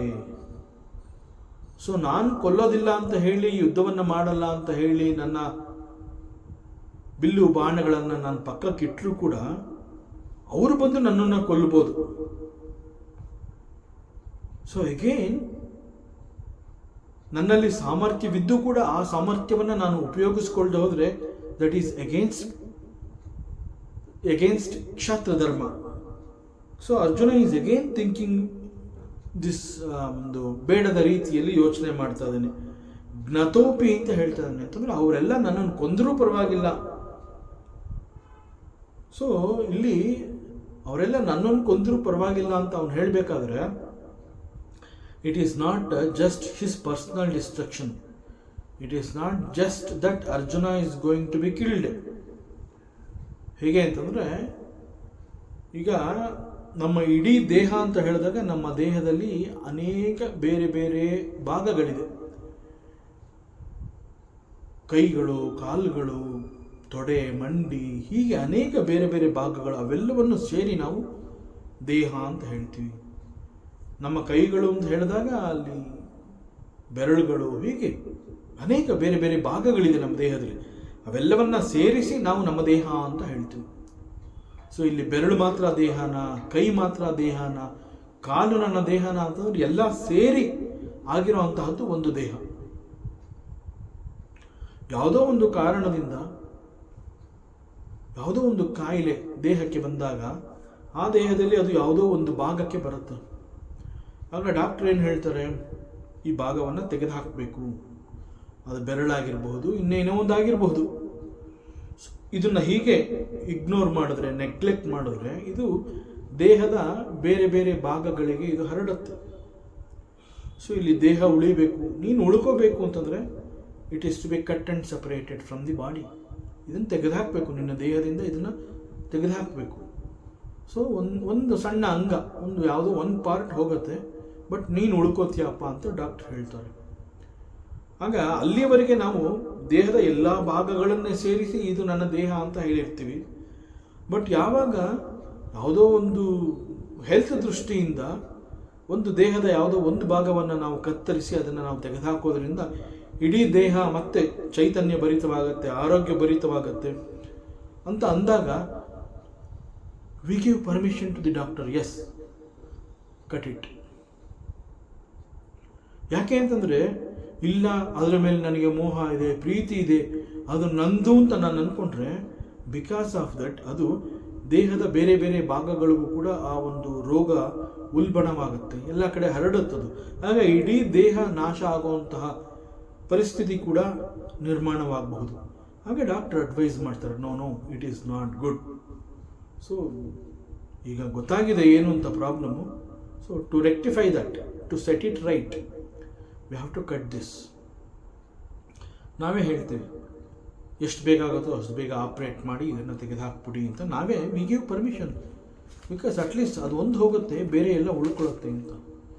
ಎಕ್ಸಾಕ್ಟ್ಲಿ ಲೈಕ್ ದಟ್ ಇಲ್ಲಿ ಅರ್ಜುನ ನನ್ನನ್ನು ಕೊಂದು ಹಾಕಿದ್ರೂ ಪರವಾಗಿಲ್ಲ ಅಂತ ಅವನು ಹೇಳ್ತಾ ಇದ್ದಾನೆ ಅಂತಂದರೆ, ಬಿಕಾಸ್ ಅರ್ಜುನನ್ನ ಒಬ್ಬ ಕ್ಷತ್ರಿಯ ಅಂತ ಹೇಳಿ ಆ ಒಂದು ರಾಜ್ಯದ ಅನೇಕ ಪ್ರಜೆಗಳು ಅವನ ಮೇಲೆ ಭರವಸೆಯನ್ನು ಇಟ್ಕೊಂಡು ತಮ್ಮ ಬದುಕನ್ನು ಅವರು ನಿರ್ಧಾರ ಮಾಡಿರ್ತಾರೆ.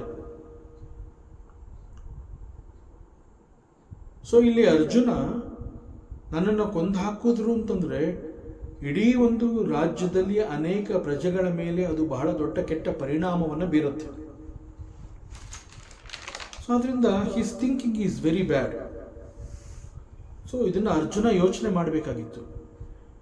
ಹೇಳೋದು ಈಸಿ, ಜ್ಞತೋಪಿ, ನನ್ನನ್ನು ಸಾಯಿಸಿದ್ರೂ ಪರವಾಗಿಲ್ಲ, ನಾನು ಯುದ್ಧ ಮಾಡೋದೇ ಇಲ್ಲ. ಸೊ ನನ್ನನ್ನು ಕೊಂದು ಹಾಕಿದ್ರು ಅಂತ ಯೋಚನೆ ಮಾಡುವುದರ ಬದಲು ಈ ಸಮಾಜದಲ್ಲಿ ನನ್ನಂತೆ ಅನೇಕರು ಇಲ್ಲಿ ಬದುಕ್ತಾ ಇದ್ದಾರೆ.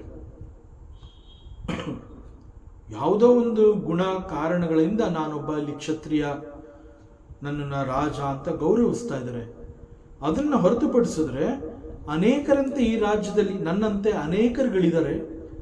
ಅವರೆಲ್ಲರ ಬದುಕು ನನ್ನ ಮೇಲೆ ಅವಲಂಬಿತವಾಗಿದೆ. Because they all think that he will protect us ಅಂತ. Here is one kshatriya, he will take care of us ಅಂತ ಒಂದು ನಂಬಿಕೆ ಇರುತ್ತೆ ಸಮಾಜದಲ್ಲಿ ಪ್ರಜೆಗಳಿಗೆ. ಅಂತಹ ನಂಬಿಕೆಗಳೆಲ್ಲದಕ್ಕೆ ಆಧಾರವಾಗಿ ಇರುವಂತಹವನು ಒಬ್ಬ ಕ್ಷತ್ರಿಯ. ಬಟ್ ಇಲ್ಲಿ ದ ಥಿಂಕಿಂಗ್ ಆಫ್ ಅರ್ಜುನ, ಜ್ಞತೋಪಿ ಜ್ಞತಃ ಅಪಿ, ನನ್ನನ್ನು ಇವರೆಲ್ಲ ಸೇರಿ ಕೊಂದು ಹಾಕಿದ್ರೂ ಪರವಾಗಿಲ್ಲ, ನಾನು ಮಾತ್ರ ಯುದ್ಧ ಮಾಡೋದಿಲ್ಲ ಅಂತಂದರೆ ಅವನ ಸಾವಿನಂತೆ ಅವನನ್ನು ಕೊಲ್ಲುವುದರ ಮೂಲಕ ಅನೇಕ ಆ ರಾಜ್ಯದ ಪ್ರಜೆಗಳ ಭವಿಷ್ಯವನ್ನು ಕೂಡ ಕೊಂದು ಹಾಕಿದಂಗೆ ಆಗುತ್ತೆ. ಸೊ ಅವರೆಲ್ಲರ ಕೊಲ್ಲುವಿಕೆಗೆ ದಿಸ್ ಕ್ಷತ್ರಿಯ ಇಸ್ ದಿ ಕಾರಣ. ಇವನು ತಗೊಳ್ಳುವಂತಹ ಈ ಒಂದು ಕೆಟ್ಟ ನಿರ್ಧಾರ ಅನೇಕರ ಭವಿಷ್ಯದ ಬದುಕಿಗೆ ಅದು ಕಲ್ಲು ಹಾಕದಂಗೆ ಆಗತ್ತೆ. So this is bad thinking. So ಇಲ್ಲಿ ಅರ್ಜುನ ಬೇರೆಯವರ ಹಿತವನ್ನ ಗಮನಕ್ಕೆ ತಂದುಕೊಂಡಿಲ್ಲ ಅವನು. ಸೊ ಅಗೇನ್ ದಿಸ್ ಈಸ್ ಕ್ಷಾತ್ರ ಧರ್ಮದ ವಿರೋಧ, ಸ್ವಧರ್ಮದ ವಿರೋಧವಾಗಿ ಹಿ ಈಸ್ ಬಿಹೇವಿಂಗ್. ನಾವೇ ಯೋಚನೆ ಮಾಡಿದ್ರೆ ಗೊತ್ತಾಗುತ್ತೆ, what happens when A society is not protected. Arjuna ಏನನ್ನೋ ಮಾತನಾಡಿ ಏನನ್ನೋ ಮುಚ್ಚಿಡ್ತಾ ಇದ್ದಾನೆ. He is not clear in his statements. ಅವನೇನು ಹೇಳ್ತಾ ಇದ್ದಾನೆ ಅಂತಂದರೆ, ಕೇವಲ ಹಸ್ತಿನಾಪುರದ ರಾಜ್ಯವಿರಲಿ ಅಥವಾ ನನಗೆ 3 ಲೋಕಗಳ ಪದವಿಯೇ ಸಿಕ್ಕಿದ್ರೂ ಕೂಡ ನಾನು ಮಾತ್ರ ಇವರೆಲ್ಲ ನನ್ನವ್ರನ್ನ ನಾನು ಕೊಲ್ಲೋದಕ್ಕೆ ಇಷ್ಟಪಡೋದಿಲ್ಲ. ಬೇಕಾದರೆ ನನ್ನನ್ನು ಅವ್ರಗಳೇ ಬಂದು ಕೊಂದು ಹಾಕಲಿ, but I will not kill them. So it is not the question of the Arjuna's destruction, it is the question of the society as a whole. ಈ ಕಾರಣದಿಂದ a society is to be protected and held together as that is dharma. So ಒಂದು ದೇಶ ಅಂತಂದಾಗ ಅದಕ್ಕೆ ಒಂದು ಸಂವಿಧಾನ ಇರುತ್ತೆ. ಸಂವಿಧಾನವನ್ನು ಗೌರವಿಸುವಂತಹದ್ದು, ಸಂವಿಧಾನವನ್ನು ರಕ್ಷಣೆ ಮಾಡುವಂತಹದ್ದು, ದಟ್ ಮೀನ್ಸ್ ದೇಶವನ್ನು ರಕ್ಷಣೆ ಮಾಡಿದ ಹಾಗೆ. ಅದು ಒಂದು ಸಂವಿಧಾನ ಇದೆ ಅಂತಂದ್ರೆ ಅದಿರದೇ ನಮ್ಮ ದೇಶವನ್ನು ರಕ್ಷಣೆ ಮಾಡೋದಕ್ಕೆ. ಯಾರೋ ಒಬ್ಬ ವ್ಯಕ್ತಿ ನಮ್ಮ ಸಂವಿಧಾನಕ್ಕೆ ವಿರುದ್ಧವಾಗಿ ಇದ್ದಾನೆ ಅಂತಂದಾಗ ಮುಂದೆ ಅಂತಹವನನ್ನ ಬೆಳೆಯೋದಕ್ಕೆ ಬಿಟ್ಟರೆ ಅದು ನಮ್ಮ ದೇಶದ ನಾಶಕ್ಕೂ ಕೂಡ ಕಾರಣವಾಗುತ್ತೆ. ಅದರಿಂದ ಅದನ್ನು ಮನಗಂಡು ಆ ಕೂಡಲೇ ಎಚ್ಚೆತ್ತುಕೊಂಡು ಅಂತಹ ವ್ಯಕ್ತಿಯನ್ನು ನಾವು ನಾಶ ಮಾಡಬೇಕಾಗತ್ತೆ. ದಟ್ ಈಸ್ ದಿ ಕ್ಷಾತ್ರ ಧರ್ಮ. ಅಲ್ಲಿ ಕರುಣೆ ಈಸ್ ನಾಟ್ ದಿ ಪರಿಹಾರ, ಅಯ್ಯೋ ಪಾಪ ಈಸ್ ನಾಟ್ ದಿ ಪರಿಹಾರ. ಯಾಕೆಂದರೆ ಇವತ್ತು ನಾವು ಆಡೋ ಒಂದು ಮಾತು ಅಯ್ಯೋ ಪಾಪ ಅನ್ನುವಂತಹದ್ದು ಮುಂದೆ ನಮ್ಮ ಇಡೀ ದೇಶಕ್ಕೆ ಅದು ನಾಶವನ್ನು ತಂದುಕೊಡುತ್ತೆ. ಅದರಿಂದ ದೇಶ ಅನ್ನುವಂತಹದ್ದು ಎಲ್ಲದಕ್ಕಿಂತ ದೊಡ್ಡದು. ಇಂತಹ ಬಹಳ ಸೂಕ್ಷ್ಮವಾದ ವಿಚಾರಗಳನ್ನು ಅರ್ಜುನ ಸರಿಯಾಗಿ ಅರ್ಥ ಮಾಡಿಕೊಳ್ಳದೆ ಅರ್ಜುನ ಇಲ್ಲಿ ಎಡವಿದನೆ. It is because of his attachments, ಮೋಹ. ಅಂಡ್ ಹಿ ಕಾಲ್ಸ್ ದೆಮ್ ಸ್ವಜನಂ. ನಿಹತ್ಯ ಧಾರ್ತರಾಷ್ಟ್ರಾನ್ನಃ ಕಾ ಪ್ರೀತಿ ಸ್ವಜನಾರ್ದನ ಪಾಪಂ ಏವ ಆಶ್ರಯೇತ್ ಅಸ್ಮಾನ್ ಹತ್ವಾ ಏತಾನ್ ಆತತಾಯಿನಃ. ಹೇ ಜನಾರ್ದನ, ಪರಮಾತ್ಮ, I do not understand what pleasures will be there in killing the sons of Dhritarashtra. ಅವನಿನ್ನೂ ಆ ಒಂದು ಥಿಂಕಿಂಗ್ ಇಂದ ಹೊರಗಡೆ ಬಂದಿಲ್ಲ. ಅವನು ಭಗವಂತನನ್ನೇ ಪ್ರಶ್ನೆ ಮಾಡ್ತಾ ಇದ್ದಾನೆ. ಹೇ ಭಗವಂತ, ಪರಮಾತ್ಮ, ಜನಾರ್ದನ, ಧೃತರಾಷ್ಟ್ರ ಅವನು ನನ್ನ ದೊಡ್ಡಪ್ಪ. ಧಾರ್ತರಾಷ್ಟ್ರ ಅಂತಂದರೆ ಧೃತರಾಷ್ಟ್ರನ ಮಕ್ಕಳು, they are called the Kauravas. So ಈ ಧಾರ್ತರಾಷ್ಟ್ರ ಅಂತಂದ್ರೆ ಈ ಕೌರವರನ್ನು ಸಾಯಿಸೋದ್ರಿಂದ ನನಗೆ ಯಾವ ರೀತಿ ಸುಖ ಸಿಗತ್ತೆ ಅದು ನನಗೆ ಅರ್ಥ ಆಗ್ತಾ ಇಲ್ಲಪ್ಪ. ನೀ ಏನೋ ಯುದ್ಧ ಮಾಡು ಅಂತ ಹೇಳ್ತಾ ಇದೀಯಾ. ಆದರೆ ಇವರೆಲ್ಲ ನನ್ನ ದೊಡ್ಡಪ್ಪನ ಮಕ್ಕಳು ಅಂತಂದರೆ ನನಗೆ ಸಹೋದರರಿದ್ದಂತೆ. ಅಂತಹವ್ರನ್ನ ಕೊಲ್ಲೋದ್ರಿಂದ ನನಗೆ ಹೇಗೆ ಸುಖ ಸಿಗತ್ತೆ ಗೊತ್ತಾಗ್ತಾ ಇಲ್ಲ. ದೊಡ್ಡಪ್ಪನ ಮಕ್ಕಳು ಅಂತಂದರೆ ನನ್ನ ಬ್ರದರ್ಸ್, ನನ್ನ ಸಹೋದರರೇ ಅವರು. So in the name of ಯುದ್ಧದ ಹೆಸರಿನಲ್ಲಿ ಕೇವಲ ಒಂದು ಅಧಿಕಾರ, ಪದವಿ, ಸಿಂಹಾಸನದ ಆಸೆಯಿಂದ ಅದಕ್ಕಾಗಿ ನಾನು ನನ್ನ ಸಹೋದರರನ್ನೇ ಕೊಲ್ಲೋದು ಅಂತಂದ್ರೆ ಹೇಗೆ? ಆಯಿತು, ಸಿಂಹಾಸನ ಸಿಗತ್ತೆ, ಅಧಿಕಾರ ಸಿಗತ್ತೆ, ರಾಜ್ಯ ಪದವಿ ಎಲ್ಲ ನನಗೆ ಸಿಗತ್ತೆ ನಿಜ. ಬಟ್ ಅಲ್ಲಿ ನನ್ನ ಸಹೋದರರೇ ಇಲ್ವಲ್ಲ. ನಾ ಹೇಗೆ ಈ ಸುಖವನ್ನು ಅನುಭವಿಸೋದಕ್ಕಾಗತ್ತೆ? ನನ್ನವ್ರು ಯಾರು ಇರೋದೇ ಇಲ್ವಲ್ಲ. ಆದ್ರಿಂದ ಇಂತಹದನ್ನ ನಾನು ಸುಖ ಅಂತ ಹೇಗೆ ಅರ್ಥ ಮಾಡ್ಕೊಳ್ಳಿ? ಮತ್ತು ಇಂತಹ ಸುಖವನ್ನು ನಾನು ಹೇಗೆ ತಾನೇ ಅನುಭವಿಸೋದಕ್ಕೆ ಸಾಧ್ಯ? ನನ್ನ ಬಂಧುಗಳನ್ನ, ಗುರುಗಳನ್ನ, ಅಣ್ಣ ತಮ್ಮಂದಿರುಗಳನ್ನ, ಸಂಬಂಧಿಗಳನ್ನ, ಸ್ನೇಹಿತರನ್ನ, ಅವರೆಲ್ಲರನ್ನ ಕೊಂದು ರಾಜ್ಯವನ್ನ ಆಳಿದ್ರೆ ಆ ರಾಜ್ಯದಲ್ಲಿ ಯಾರು ಇರ್ತಾರೆ? ಇಲ್ಲಿ ಸುಖ ಇದೆ, ತೃಪ್ತಿ ಇದೆ, ಆನಂದ ಇದೆ ಅನ್ನೋದಕ್ಕೆ ಯಾರು ಇರ್ತಾರೆ? ಎಲ್ಲರೂ ಸತ್ತು ಹೋಗಿರ್ತಾರೆ ಯುದ್ಧ ಅನ್ನೋ ಹೆಸರಿನಲ್ಲಿ. ಸೊ ಯಾರೂ ಇಲ್ಲದೆ ಹೋದ್ಮೇಲೆ ಇಂತಹ ರಾಜ್ಯ, ಪದವಿ, ಅಧಿಕಾರ, ಸಿಂಹಾಸನ ಇದೆಲ್ಲ ನನಗೆ ಹೇಗೆ ಸುಖವನ್ನು ಕೊಡುತ್ತೆ? ಇದ್ಯಾವುದು ನನಗೆ ಅರ್ಥ ಆಗ್ತಾ ಇಲ್ಲ. ಈ ರೀತಿ ಮಾತನಾಡ್ತಾ ಅರ್ಜುನ ಧರ್ಮಶಾಸ್ತ್ರವನ್ನ ಬಹಳ ತಪ್ಪಾಗಿ ಅರ್ಥ ಮಾಡ್ಕೋತಾ ಬಂದಿದ್ದಾನೆ. ಅವನೇನ್ ಹೇಳ್ತಾನೆ ಅಂತಂದ್ರೆ, ಪಾಪಂ ಏವ ಆಶ್ರಯೇತ್ ಅಸ್ಮಾನ್. ಸೊ ನನ್ನವರನ್ನ, ಅವರುಗಳನ್ನ ಕೊಲ್ಲೋದ್ರಿಂದ ನನಗೆ ಪಾಪ ತಟ್ಟತ್ತೆ ಅಂತ ಹೇಳ್ತಾ ಇದ್ದಾನೆ. ಸೊ ಕೊಲ್ಲುವ ಪಾಪವನ್ನ ನಾನು ಯಾಕೆ ಮಾಡಬೇಕು? ಹತ್ವ ಏತಾನ್ ಆತತಾಯಿನಃ. ಆಕ್ಚುಲ್ ಆಗಿ ಧರ್ಮಶಾಸ್ತ್ರ ಏನ್ ಹೇಳುತ್ತೆ ಅಂತಂದ್ರೆ, ಕ್ಷಾತ್ರ ಧರ್ಮವನ್ನು ಕುರಿತು ಧರ್ಮಶಾಸ್ತ್ರ ಏನ್ ಹೇಳುತ್ತೆ ಅಂತಂದ್ರೆ, ಒಬ್ಬ ಕ್ಷತ್ರಿಯ ಅಂತಂದ ಮೇಲೆ it is his primary responsibility and the ಧರ್ಮ, ಅವನು ಈ ಪಾತಕಿಗಳನ್ನು ಕೊಲ್ಲಬೇಕು.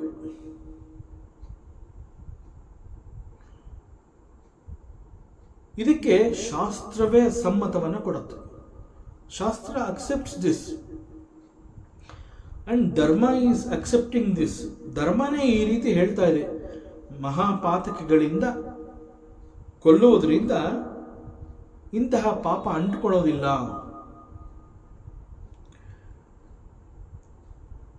ಪಾಪದ ಕರ್ಮವನ್ನ ನಾನು ಯಾಕೆ ಮೈ ಮೇಲೆ ಎಳ್ಕೋಬೇಕು ಅಂತ ಹೇಳಿ ಧರ್ಮವನ್ನ ಸರಿಯಾಗಿ ಅರ್ಥ ಮಾಡ್ಕೊಳ್ಳದೆ ಅರ್ಜುನ ಮಾತನಾಡ್ತಾ ಇದ್ದಾನೆ. ಧರ್ಮಶಾಸ್ತ್ರದ ಪ್ರಕಾರ ಹತ್ವ ಏತಾನ್ ಆತತಾಯಿನಃ, ಮಹಾಪಾತಕಿಗಳನ್ನ ಬೆಳೆಯೋದಕ್ಕೆ ಬಿಡಬಾರ್ದು. ಸೊಸೈಟಿನಲ್ಲಿ ಅವರ ಸಮಾಜದಲ್ಲಿ ಇಂತಹ ಅವರ ಅವಶ್ಯಕತೆ ಇಲ್ಲ. ಅದು ಒಂದು ಸುಭದ್ರವಾದ, ಆರೋಗ್ಯಭರಿತವಾದ ದೇಶವನ್ನು ಕಟ್ಟೋದಕ್ಕೆ ಸಾಧ್ಯ ಇಲ್ಲ. ಆದ್ರಿಂದ ಮಹಾಪಾತಕಿಗಳು ಅಂತಂದಾಗ ಅಂತಹವ್ರನ್ನ ನಿರ್ನಾಮ ಮಾಡಬೇಕು.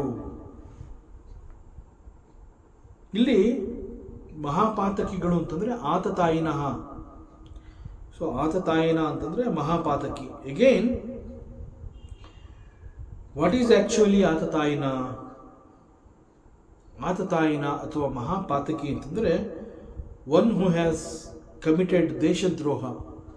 ದೇಶದ್ರೋಹದಂತಹ ಕೆಲಸವನ್ನ ಯಾರು ಮಾಡಿರ್ತಾನೆ, ಹಿ ಇಸ್ ಕಾಲ್ಡ್ ಮಹಾಪಾತಕಿ ಅಂಡ್ ದಟ್ ಮಹಾಪಾತಕಿ ಇಸ್ ಕಾಲ್ಡ್ ಆತತಾಯಿನ.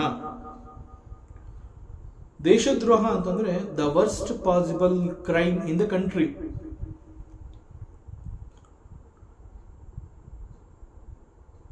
ಸ್ವಾಮಿ ಚಿನ್ಮಯಾನಂದ ಸರಸ್ವತಿಯವರು, ಅಕಾರ್ಡಿಂಗ್ ಟು ಶ್ರೀಧರ ಸ್ವಾಮೀಜಿ, ಈ ಮಹಾಪಾತಕಿ ಅನ್ನೋದಕ್ಕೆ ಅವರು ಹೇಳ್ತಾ ಇದ್ರು, ಬೇರೆಯವರ ಮನೆಗೆ ಬೆಂಕಿ ಹಾಕಿ ಆ ಮನೆಯವ್ರನ್ನ ಕೊಂದಾಕುವಂತಹದ್ದು, ಹಾಗೂ ಮತ್ತೊಬ್ಬರಿಗೆ ಆಹಾರದಲ್ಲಿ ವಿಷವನ್ನ ಬೆರೆಸಿ ಅವ್ರನ್ನ ಸಾಯಿಸುವಂತಹದ್ದು, ಮತ್ತು ಪರಸ್ತ್ರೀಯರನ್ನ ಅಪಹರಿಸಿ ಅವ್ರನ್ನ ಭೋಗಿಸುವಂತಹದ್ದು. ಯಾರೆಲ್ಲ ಇಂತಹ ಕ್ರೈಮ್ಗಳನ್ನ ಮಾಡಿರ್ತಾರೆ, ದೇ ಆರ್ ಕಾಲ್ಡ್ ದಿ ಮಹಾಪಾತಕೀಸ್, ದೇ ಆರ್ ಆತತಾಯಿನಃ. ಸೊ ಆತತಾಯಿನಃ ಅಂತ ಬಂದಾಗ ಧರ್ಮಶಾಸ್ತ್ರ ಕೂಡ ಅದೇ ಹೇಳುತ್ತೆ. ಧರ್ಮಶಾಸ್ತ್ರ ಈ ಸಮಯದಲ್ಲಿ ಏನು ಹೇಳುತ್ತೆ, ಅವನು ಯಾರೇ ಆಗಿರಲಿ, ಅವನು ಇಂತಹ ಒಂದು ದ್ರೋಹದ ಕೆಲಸವನ್ನು ಮಾಡಿದ್ದಾನೆ, ಮಹಾಪಾತಕಗಳನ್ನು ದೇಶದಲ್ಲಿ ಸೃಷ್ಟಿ ಮಾಡಿದ್ದಾನೆ ಅಂತಂದಾಗ, maybe he is a ಬೋಧಕ, maybe he is an old man,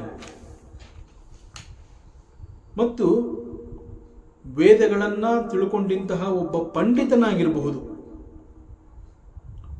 so ಅವನು ಯಾರೇ ಆಗಿದ್ರೂ ಕೂಡ ಒಂದು ವೇಳೆ ಅಂತಹವನಿಂದ ಇಂತಹ ಒಂದು ಕ್ರೈಮ್ಗಳು ದೇಶದಲ್ಲಿ ನಡೆದಿದೆ ಅಂತಂದಾಗ, ಬೇರೆ ನಥಿಂಗ್ ಟು ಬಿ ಯೋಚನೆ ಮಾಡುವಂತಹ ಅವಶ್ಯಕತೆನೇ ಇಲ್ಲ. ಆ ಸಂದರ್ಭದಲ್ಲಿ straight away you can take the decision to kill them. ಶಾಸ್ತ್ರ ಅಕ್ಸೆಪ್ಟ್ಸ್, ಧರ್ಮಶಾಸ್ತ್ರ ಕೂಡ ಅದನ್ನು ಹೇಳುತ್ತೆ. ಬಿಕಾಸ್ ಅಂತಹವನು ಒಬ್ಬ ದೇಶದಲ್ಲಿ ಉಳ್ಕೊಂಡ್ರೆ ಅದು ಅನೇಕರ ಬದುಕಿಗೆ ಒಂದು ಪ್ರತಿರೋಧವನ್ನು ಒಡ್ಡುತ್ತದೆ. ಅದರಿಂದ ಆ ಕ್ಷಣದಲ್ಲಿಯೇ ಅಂತಹವ್ರನ್ನ ಹುಡುಕಿ ಕೊಲ್ಲಬೇಕು ಅಂತ ಧರ್ಮಶಾಸ್ತ್ರ ಕೂಡ ಹೇಳುತ್ತೆ. ಮಹಾಪಾತಕಿಯಂತಹವರನ್ನ ನಾಶ ಮಾಡಿದ್ರೆ ಅಂತಹವ್ರನ್ನ ಕೊಲ್ಲುವಂತಹ ಪಾಪ ಅದು ನಮಗೆ ಅಂಟ್ಕೊಳ್ಳೋದಿಲ್ಲ ಅಂತ ಧರ್ಮಶಾಸ್ತ್ರ ಕೂಡ ಹೇಳುತ್ತೆ. ಇಲ್ಲಿ ಅರ್ಜುನ ಅದನ್ನ ಮತ್ತೊಂದು ರೀತಿಯಲ್ಲಿ ಅದನ್ನು ತಿಳ್ಕೊಂಡಿದ್ದಾನೆ. So he is confused. ಏನು ಹೇಳ್ತಾ ಇದ್ದಾನೆ ಅಂತಂದ್ರೆ, ಆತತಾಯಿನಃ ಅಂತಂದ್ರೆ ಈ ಒಂದು ಮಹಾಪಾತಕಿಗಳು ಅಂತಹವ್ರನ್ನ ಕೊಲ್ಲೋದು ಶಾಸ್ತ್ರ ಸಮ್ಮತ. ಆದರೆ ಈವನ್ ದೆನ್ ಅಂತಹವ್ರನ್ನ ಕೊಂದು ಹಾಕೋದ್ರಿಂದ ನನಗೆ ಯಾವ ರೀತಿಯ ಪ್ರೀತಿ ಸುಖ ಸಿಗತ್ತೆ? That is his question. ಧರ್ಮಶಾಸ್ತ್ರ ಒಪ್ಪಿದೆ ಅಂತ ಮಾತ್ರಕ್ಕೆ ನಾನು ಕೊಲ್ಲಬಹುದು, ಪಾಪ ಅಂಟೋದಿಲ್ಲ ಅಂತ ನೀನು ಹೇಳ್ತಾ ಇದೆಯಾ? ಧರ್ಮಶಾಸ್ತ್ರ ಕೂಡ ಪರ್ಮಿಷನ್ ಕೊಡುತ್ತೆ. It is okay. ಧರ್ಮಶಾಸ್ತ್ರ ಹೇಳಿದೆ ಅಂತಹವರು ಇರಬಾರ್ದು, ಕೊಂದು ಹಾಕಬೇಕು, ಇಟ್ ಈಸ್ ಓಕೆ. ಬಟ್ ಅವ್ರನ್ನ ಕೊಲ್ಲೋದ್ರಿಂದ ನನಗೆ ಹೇಗೆ ಸುಖ ಸಿಗುತ್ತೆ, ನನಗೆ ಹೇಗೆ ಪ್ರೀತಿ ಸಿಗತ್ತೆ, ಇದು ನನಗೆ ಅರ್ಥ ಆಗ್ತಾ ಇಲ್ಲ. ಸೊ ನನಗೆ ಗೊತ್ತಾಗ್ತಾ ಇಲ್ಲ ಅನ್ನುವಂಥದ್ದನ್ನು ಹಿ ಈಸ್ ಅಕ್ಸೆಪ್ಟಿಂಗ್. ಅದನ್ನು ಪರಮಾತ್ಮನಲ್ಲಿ ಹೇಳ್ತಾ ಇದ್ದಾನೆ. ಈ ರೀತಿ ಮಾಡೋದ್ರಿಂದ ನನಗೆ ಯಾವ ರೀತಿಯ ಸುಖ ಸಿಗತ್ತೆ ಅನ್ನೋದನ್ನು ಕೇಳ್ತಾ ಇದ್ದಾನೆ. ಹೇ ಪರಮಾತ್ಮ, ಕೊಲ್ಲುವುದರಿಂದ ಪಾಪದ ಆಶ್ರಯಕ್ಕೆ ನಾನು ಬಂದು ಬೀಳಬೇಕಾಗತ್ತೆ. Even according to the karma theory, ಮನುಷ್ಯನ ಅಹಂಕಾರ ಅನ್ನುವಂತಹದ್ದು ತನ್ನ ಆತ್ಮ ಸ್ವರೂಪವನ್ನ ತಿಳಿಯದೆ ಏನಾದರೂ ತಪ್ಪು ಮಾಡಿದ್ರೆ, even then it will be considered as sin. This is according to the karma theory. Arjuna ಇಲ್ಲಿ ಒಮ್ಮೆ ಮೂರ್ಖನಂತೆ ಮಾತನಾಡ್ತಾನೆ, ಒಮ್ಮೆ ಪಂಡಿತನಂತೆ ಮಾತನಾಡ್ತಾ ಇದ್ದಾನೆ. It's all because of the confusions. ಇಲ್ಲಿ ಧರ್ಮಶಾಸ್ತ್ರ ಮಹಾಪಾತಕಿಗಳನ್ನು ಕೊಲ್ಲುವಂತಹದ್ದು ಶಾಸ್ತ್ರ ಸಮ್ಮತ ಅಂತ ಹೇಳಿದೆ, ಅದನ್ನ ವಿರೋಧ ಮಾಡ್ತಾ ಇದ್ದಾನೆ. ಮತ್ತು ಇಲ್ಲಿ ಕರ್ಮ ಥಿಯರಿಯನ್ನು ಚೆನ್ನಾಗಿ ನಾನು ತಿಳ್ಕೊಂಡಿದ್ದೀನಿ ಎನ್ನುವಂತಹ ಪಾಂಡಿತ್ಯವನ್ನು ಪ್ರದರ್ಶನ ಮಾಡ್ತಾ ಇದ್ದಾನೆ. According to the karma theory, even N innocent person, ಅವನು ಗೊತ್ತಿಲ್ಲದೆ ಒಂದು ಪಾಪವನ್ನು ಮಾಡಿದ್ರು ಕೂಡ ಆ ಪಾಪ ಅವನನ್ನು ಮುಟ್ಟತ್ತೆ. ಆದ್ರಿಂದ ಪಾಪದ ಕೆಲಸವನ್ನು ಮಾಡಬಾರ್ದು. ದಿಸ್ ಈಸ್ ಕರ್ಮ ಥಿಯರಿ ಅಂತ ಹೇಳಿ ಕರ್ಮ ಥಿಯರಿಯನ್ನು ಕೋಟ್ ಮಾಡಿ ಹೇಳ್ತಾ ಇದ್ದಾನೆ ಇಲ್ಲಿ. ಸೊ ಅದರಿಂದ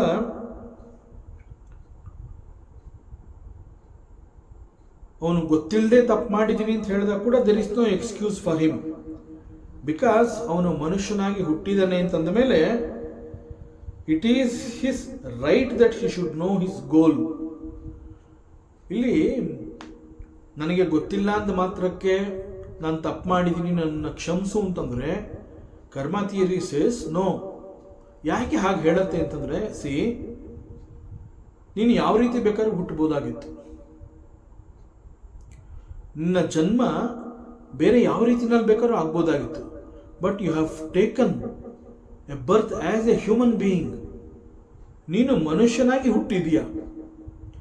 ಮನುಷ್ಯನಾಗಿ ನೀನು ಹುಟ್ಟಿದ್ಯಾ ಅಂತಂದಮೇಲೆ it is your right to know certain laws, ಕೆಲವು ನಿಯಮಗಳನ್ನು ನೀನು ತಿಳ್ಕೊಳ್ಳೇಬೇಕು. ನನಗೆ ಗೊತ್ತಿಲ್ಲ ಅಂತ you cannot say. So ignorance, ಅದನ್ನು ನೀನು ಇಲ್ಲಿ ಆ ಕಾರಣವನ್ನು ಕೊಟ್ಟು ನೀನು you cannot claim excuses. So you cannot escape. ಮನುಷ್ಯನಾಗಿ ಹುಟ್ಟಿದ್ದೀನಿ ಅಂತಂದಮೇಲೆ it is your primary responsibility that you should know your goal. ನಿನ್ನ ಬದುಕಿನ ಮುಖ್ಯ ಉದ್ದೇಶವನ್ನು ನೀನು ತಿಳ್ಕೋಬೇಕು. ನೀನು ಧರ್ಮ ಕರ್ಮ ಅವನ್ನೆಲ್ಲ ಹೇಗೆ ಅನುಸರಿಸಬೇಕು ಅನ್ನುವಂತಹದ್ದನ್ನು ತಿಳ್ಕೊಳ್ಳುವಂತಹದ್ದು. That is why you are given a ಮನುಷ್ಯ ಜನ್ಮ. An opportunity is given to you to take the birth as human being. So ನಿನಗೆ ಕೊಟ್ಟಿರುವಂತಹ ಈ ಒಂದು ಆಪರ್ಚುನಿಟಿನಲ್ಲಿ ಮನುಷ್ಯನಾಗಿ ಹುಟ್ಟಿ ಬಂದಿದ ಮೇಲೆ ಅದನ್ನು ನೀನು ತಿಳ್ಕೊಳ್ಳದೆ ಹೋದರೆ ನೀನು ತಪ್ಪು ಮಾಡಿದೀಯಾ ಅಂತ ಅರ್ಥ. It is your primary responsibility to know your goal. ನಿನ್ನ ಬದುಕಿನ ಮುಖ್ಯ ಉದ್ದೇಶವನ್ನು ತಿಳ್ಕೊಳ್ಳುವಂತಹದ್ದು ನಿನ್ನ ಆದ್ಯ ಕರ್ತವ್ಯ ಅಂತ ಹೇಳುತ್ತೆ ಶಾಸ್ತ್ರ, karma theory. So you cannot get the excuse, you cannot claim that. Ignorance ಅನ್ನೋ ಕಾರಣದಿಂದ ನೀನು ತಪ್ಪಿಸ್ಕೊಳ್ಳೋದಕ್ಕೆ ಸಾಧ್ಯ ಇಲ್ಲ. ಸೊ ಇದು ಆ್ಯಕ್ಚುಯಲ್ ಆಗಿ. ಬಟ್ ಅರ್ಜುನ ಇದಕ್ಕೆ ವಿರುದ್ಧವಾಗಿ ಮಾತನಾಡ್ತಾ ಇದ್ದಾನೆ. ಇಲ್ಲಿ ಧರ್ಮಶಾಸ್ತ್ರನೇ ಆತತಾಯಿನಃ ಅಂತಂದರೆ ಮಹಾಪಾತಕಿಗಳನ್ನು ಕೊಲ್ಲುವಂತಹದ್ದು ಸೂಕ್ತ ಅಂತ ಅದೇ ಹೇಳಿದೆ.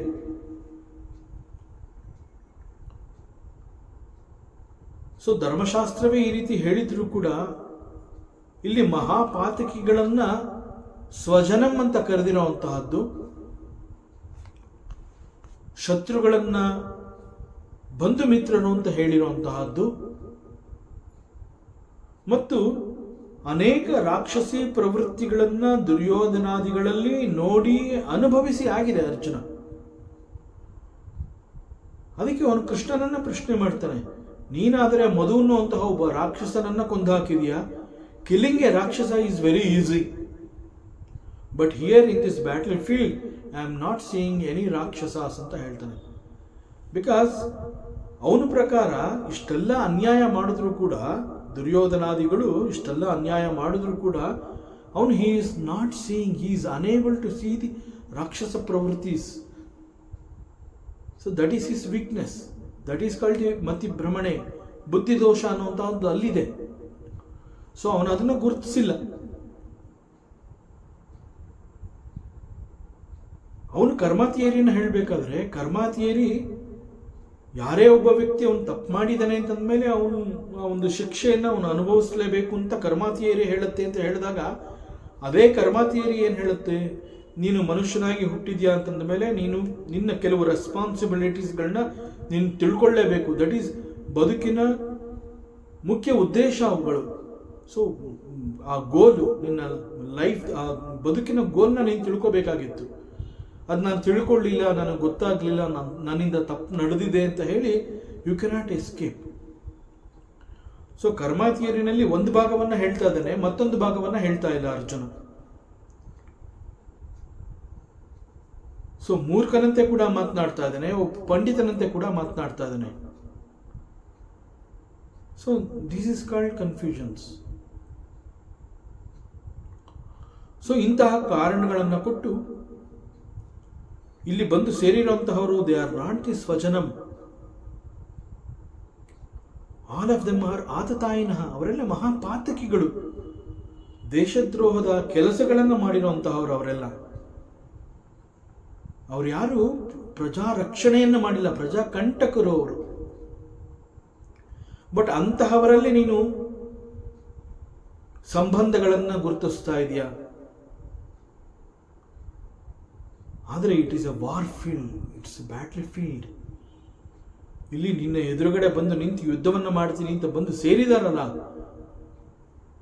ಅಲ್ಲಿ ನೀನು ಸಂಬಂಧವನ್ನು ನೋಡಬೇಡ. ಕನ್ಸಿಡರ್ ದೆಮ್ ಆಸ್ ಶತ್ರುಗಳು. So it is your primary responsibility that you have to uphold the dharma. ಕ್ಷಾತ್ರ ಧರ್ಮವನ್ನು ನೀನು ಎತ್ತಿ ಹಿಡಿಬೇಕು, ಅದನ್ನು ನೀನು ಮಾಡ್ತಾ ಇಲ್ಲ. ಸೊ ಇಲ್ಲಿ ಅರ್ಜುನನಿಗೆ ಇದು ಯಾವುದೂ ಗೊತ್ತಾಗ್ತಾ ಇಲ್ಲ. ಇಟ್ಸ್ ಆಲ್ ಬಿಕಾಸ್ ಅವನು ಆ ಶತ್ರುಗಳನ್ನು ನೋಡಿದ ಕೂಡಲೇ ಅವರಲ್ಲಿ ಒಬ್ಬ ಗುರುವನ್ನು ನೋಡ್ತಾನೆ, ಆಚಾರ್ಯರನ್ನು ನೋಡ್ತಾನೆ, ದೊಡ್ಡಪ್ಪ, ಚಿಕ್ಕಪ್ಪ, ಮಾವ, ಸ್ನೇಹಿತರು, ಅಣ್ಣ ತಮ್ಮಂದರು ಅಂತ ಹೇಳಿ ಆ ಸಂಬಂಧಗಳನ್ನು ನೋಡಿದ್ದಾನೆ. ಸೊ ಆ ಸಂಬಂಧಗಳೆಲ್ಲವನ್ನ ನೋಡಿ ಅವನ ಬುದ್ಧಿಯಲ್ಲಿ ದೋಷ ಉಂಟಾಗಿದೆ, ಮತಿಭ್ರಮಣೆ ಉಂಟಾಗಿದೆ. ಆ ಮತಿಭ್ರಮಣೆ ಹಾಗೂ ಬುದ್ಧಿ ದೋಷದ ಕಾರಣಗಳಿಂದ ಯಾವುದು ಸರಿ ಯಾವುದು ತಪ್ಪು ಅನ್ನೋದ್ರ ಬಗ್ಗೆ ಅವನಿಗೆ ಗಮನ ಹರಿಸಕ್ಕಾಗ್ತಾ ಇಲ್ಲ. ಧರ್ಮ ಅಧರ್ಮ ಅವುಗಳ ವ್ಯತ್ಯಾಸವನ್ನೇ ತಿಳ್ಕೊಳ್ಳೋಕ್ಕಾಗ್ತಾ ಇಲ್ಲ. ಒಬ್ಬ ಕ್ಷತ್ರಿಯನಾಗಿದ್ರೂ ಕೂಡ ರಣಹೇಡಿಯಂತೆ ಓಡಿ ಹೋಗುವಂತಹ ಯೋಜನೆಗಳನ್ನು ರೂಪಿಸ್ತಾ ಇದ್ದಾನೆ. ನನಗೆ ಯುದ್ಧವನ್ನೇ ಬೇಡ, ನಾನು ಯಾರನ್ನೂ ಕೊಲ್ಲೋದಿಲ್ಲ, ನನ್ನನ್ನು ಬೇಕಾದ್ರೆ ಅವ್ರು ಕೊಲ್ಲಲಿ, ತೋಪಿ ನನ್ನನ್ನು ಅವ್ರು ಕೊಂದು ಹಾಕಲಿ, ಬಟ್ ನಾನು ಮಾತ್ರ ಅವ್ರು ಯಾರನ್ನೂ ಸಾಯಿಸೋದಿಲ್ಲ. ಸೊ ಇದೆಲ್ಲ ಧರ್ಮಕ್ಕೆ ವಿರುದ್ಧವಾಗಿ ಯೋಚನೆ ಮಾಡ್ತಾ ಇರುವಂತಹದ್ದು. ಜೊತೆಗೆ ಇವನ್ ಧರ್ಮ ಯಾವುದು? ಈಸ್ ಎ ಕ್ಷತ್ರಿಯ. ಒಬ್ಬ ಕ್ಷತ್ರಿಯನಾಗಿ ಕ್ಷಾತ್ರ ಧರ್ಮದ ವಿರುದ್ಧವಾಗಿ ಯೋಚನೆ ಮಾಡ್ತಾ ಇದ್ದಾನೆ. ಸೊ ಇಲ್ಲಿ ಅರ್ಜುನನ ಅಜ್ಞಾನವನ್ನು ನಾವು ನೋಡಬಹುದು ಇಲ್ಲಿ. ಅದರಿಂದ ಇಲ್ಲಿ ಧರ್ಮ ಏನು ಹೇಳುತ್ತೆ ಅಂತಂದರೆ, ಅಜ್ಞಾನಕ್ಕೆ ಕ್ಷಮೆ ಇಲ್ಲ. It is your right, it is your birth right to gain the knowledge. ನನ್ನಲ್ಲಿ ಅಜ್ಞಾನ ಇದೆ ಅನ್ನುವಂತಹದ್ದು, ಅದನ್ನು ನೀನು ಆ ಕಾರಣನ ಕೊಡೋಕ್ಕಾಗೋದಿಲ್ಲ. ಜ್ಞಾನವನ್ನು ಹೊಂದು, that is your right. So here Arjuna has totally destroyed his thinking faculty. So ಈ ಕಾರಣದಿಂದ ಪರಮಾತ್ಮ ಶ್ರೀಕೃಷ್ಣನನ್ನ ಈ ಸಂದರ್ಭದಲ್ಲಿ ಇವನು ನನ್ನ ಸ್ನೇಹಿತ, ನನ್ನ ಮಾತುಗಳಿಗೆ ಇವನು ಬೆಂಬಲವನ್ನು ಕೊಡ್ತಾನೆ ಅಂತ ಹೇಳಿ ಆ ಒಂದು ಎಕ್ಸ್ಪೆಕ್ಟೇಷನ್ ಅಲ್ಲಿ ಎಲ್ಲವನ್ನ ಹೇಳ್ಕೊತಾ ಬಂದಿದ್ದಾನೆ.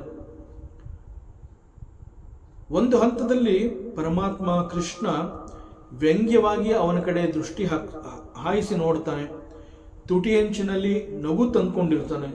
ಇನ್ ಸ್ಪೈಟ್ ಆಫ್ ದಟ್ ಇದು ಯಾವುದನ್ನು ಅವನು ಗುರುತಿಸ್ತಾ ಇಲ್ಲ. ಅವನಲ್ಲಿ ಆ ಸರಿಯಾಗಿರುವಂತಹದ್ದನ್ನು ಗುರುತಿಸಬೇಕು ಅನ್ನುವಂತಹ ದಟ್ ಫ್ಯಾಕಲ್ಟಿ ಈಸ್ ಡೆಸ್ಟ್ರಾಯ್ಡ್. ಯಾವಾಗ ಶತ್ರುಗಳನ್ನ ಬಂಧುಗಳು, ನನ್ನ ಬಾಂಧವರು ಅಂತ ಹೇಳ್ತಾನೆ, ಅಂತಹದ್ರಲ್ಲಿ ಕೃಷ್ಣನ ಗಾಂಭೀರ್ಯವನ್ನ, ಅವನ ಮೌನವನ್ನ ಅರ್ಜುನ ಹೇಗೆ ತಾನೇ ಅರ್ಥ ಮಾಡ್ಕೊಳ್ಳೋದಕ್ಕೆ ಸಾಧ್ಯ? ಮತ್ತಷ್ಟು ವಿಚಾರಗಳಿದೆ, ಮುಂದಿನ ಅವಕಾಶದಲ್ಲಿ ಮತ್ತೆ ಮುಂದುವರಿಸೋಣ. ಓಂ ಪೂರ್ಣಮದಃ ಪೂರ್ಣಮಿದಂ ಪೂರ್ಣಾತ್ ಪೂರ್ಣಮುದಚ್ಯತೆ ಪೂರ್ಣಸ್ಯ ಪೂರ್ಣಮಾದಾಯ ಪೂರ್ಣಮೇವಾವಶಿಷ್ಯತೆ. ಓಂ ಶಾಂತಿ ಶಾಂತಿ ಶಾಂತಿ. ಹರಿ ಓಂ. ಶ್ರೀ ಗುರುಭ್ಯೋ ನಮಃ. ಹರಿ ಓಂ. ಈ ದಿನದ ಪ್ರವಚನ ಸೇವೆಯನ್ನು ಪರಮಾತ್ಮ ಶ್ರೀಕೃಷ್ಣನ ಪಾದಚರಣೆಗಳಿಗೆ ಅತ್ಯಂತ ಭಕ್ತಿಯಿಂದ ಶ್ರದ್ಧೆಯಿಂದ ಅರ್ಪಿಸೋಣ. ಶ್ರೀಕೃಷ್ಣಾರ್ಪಣಮಸ್ತು.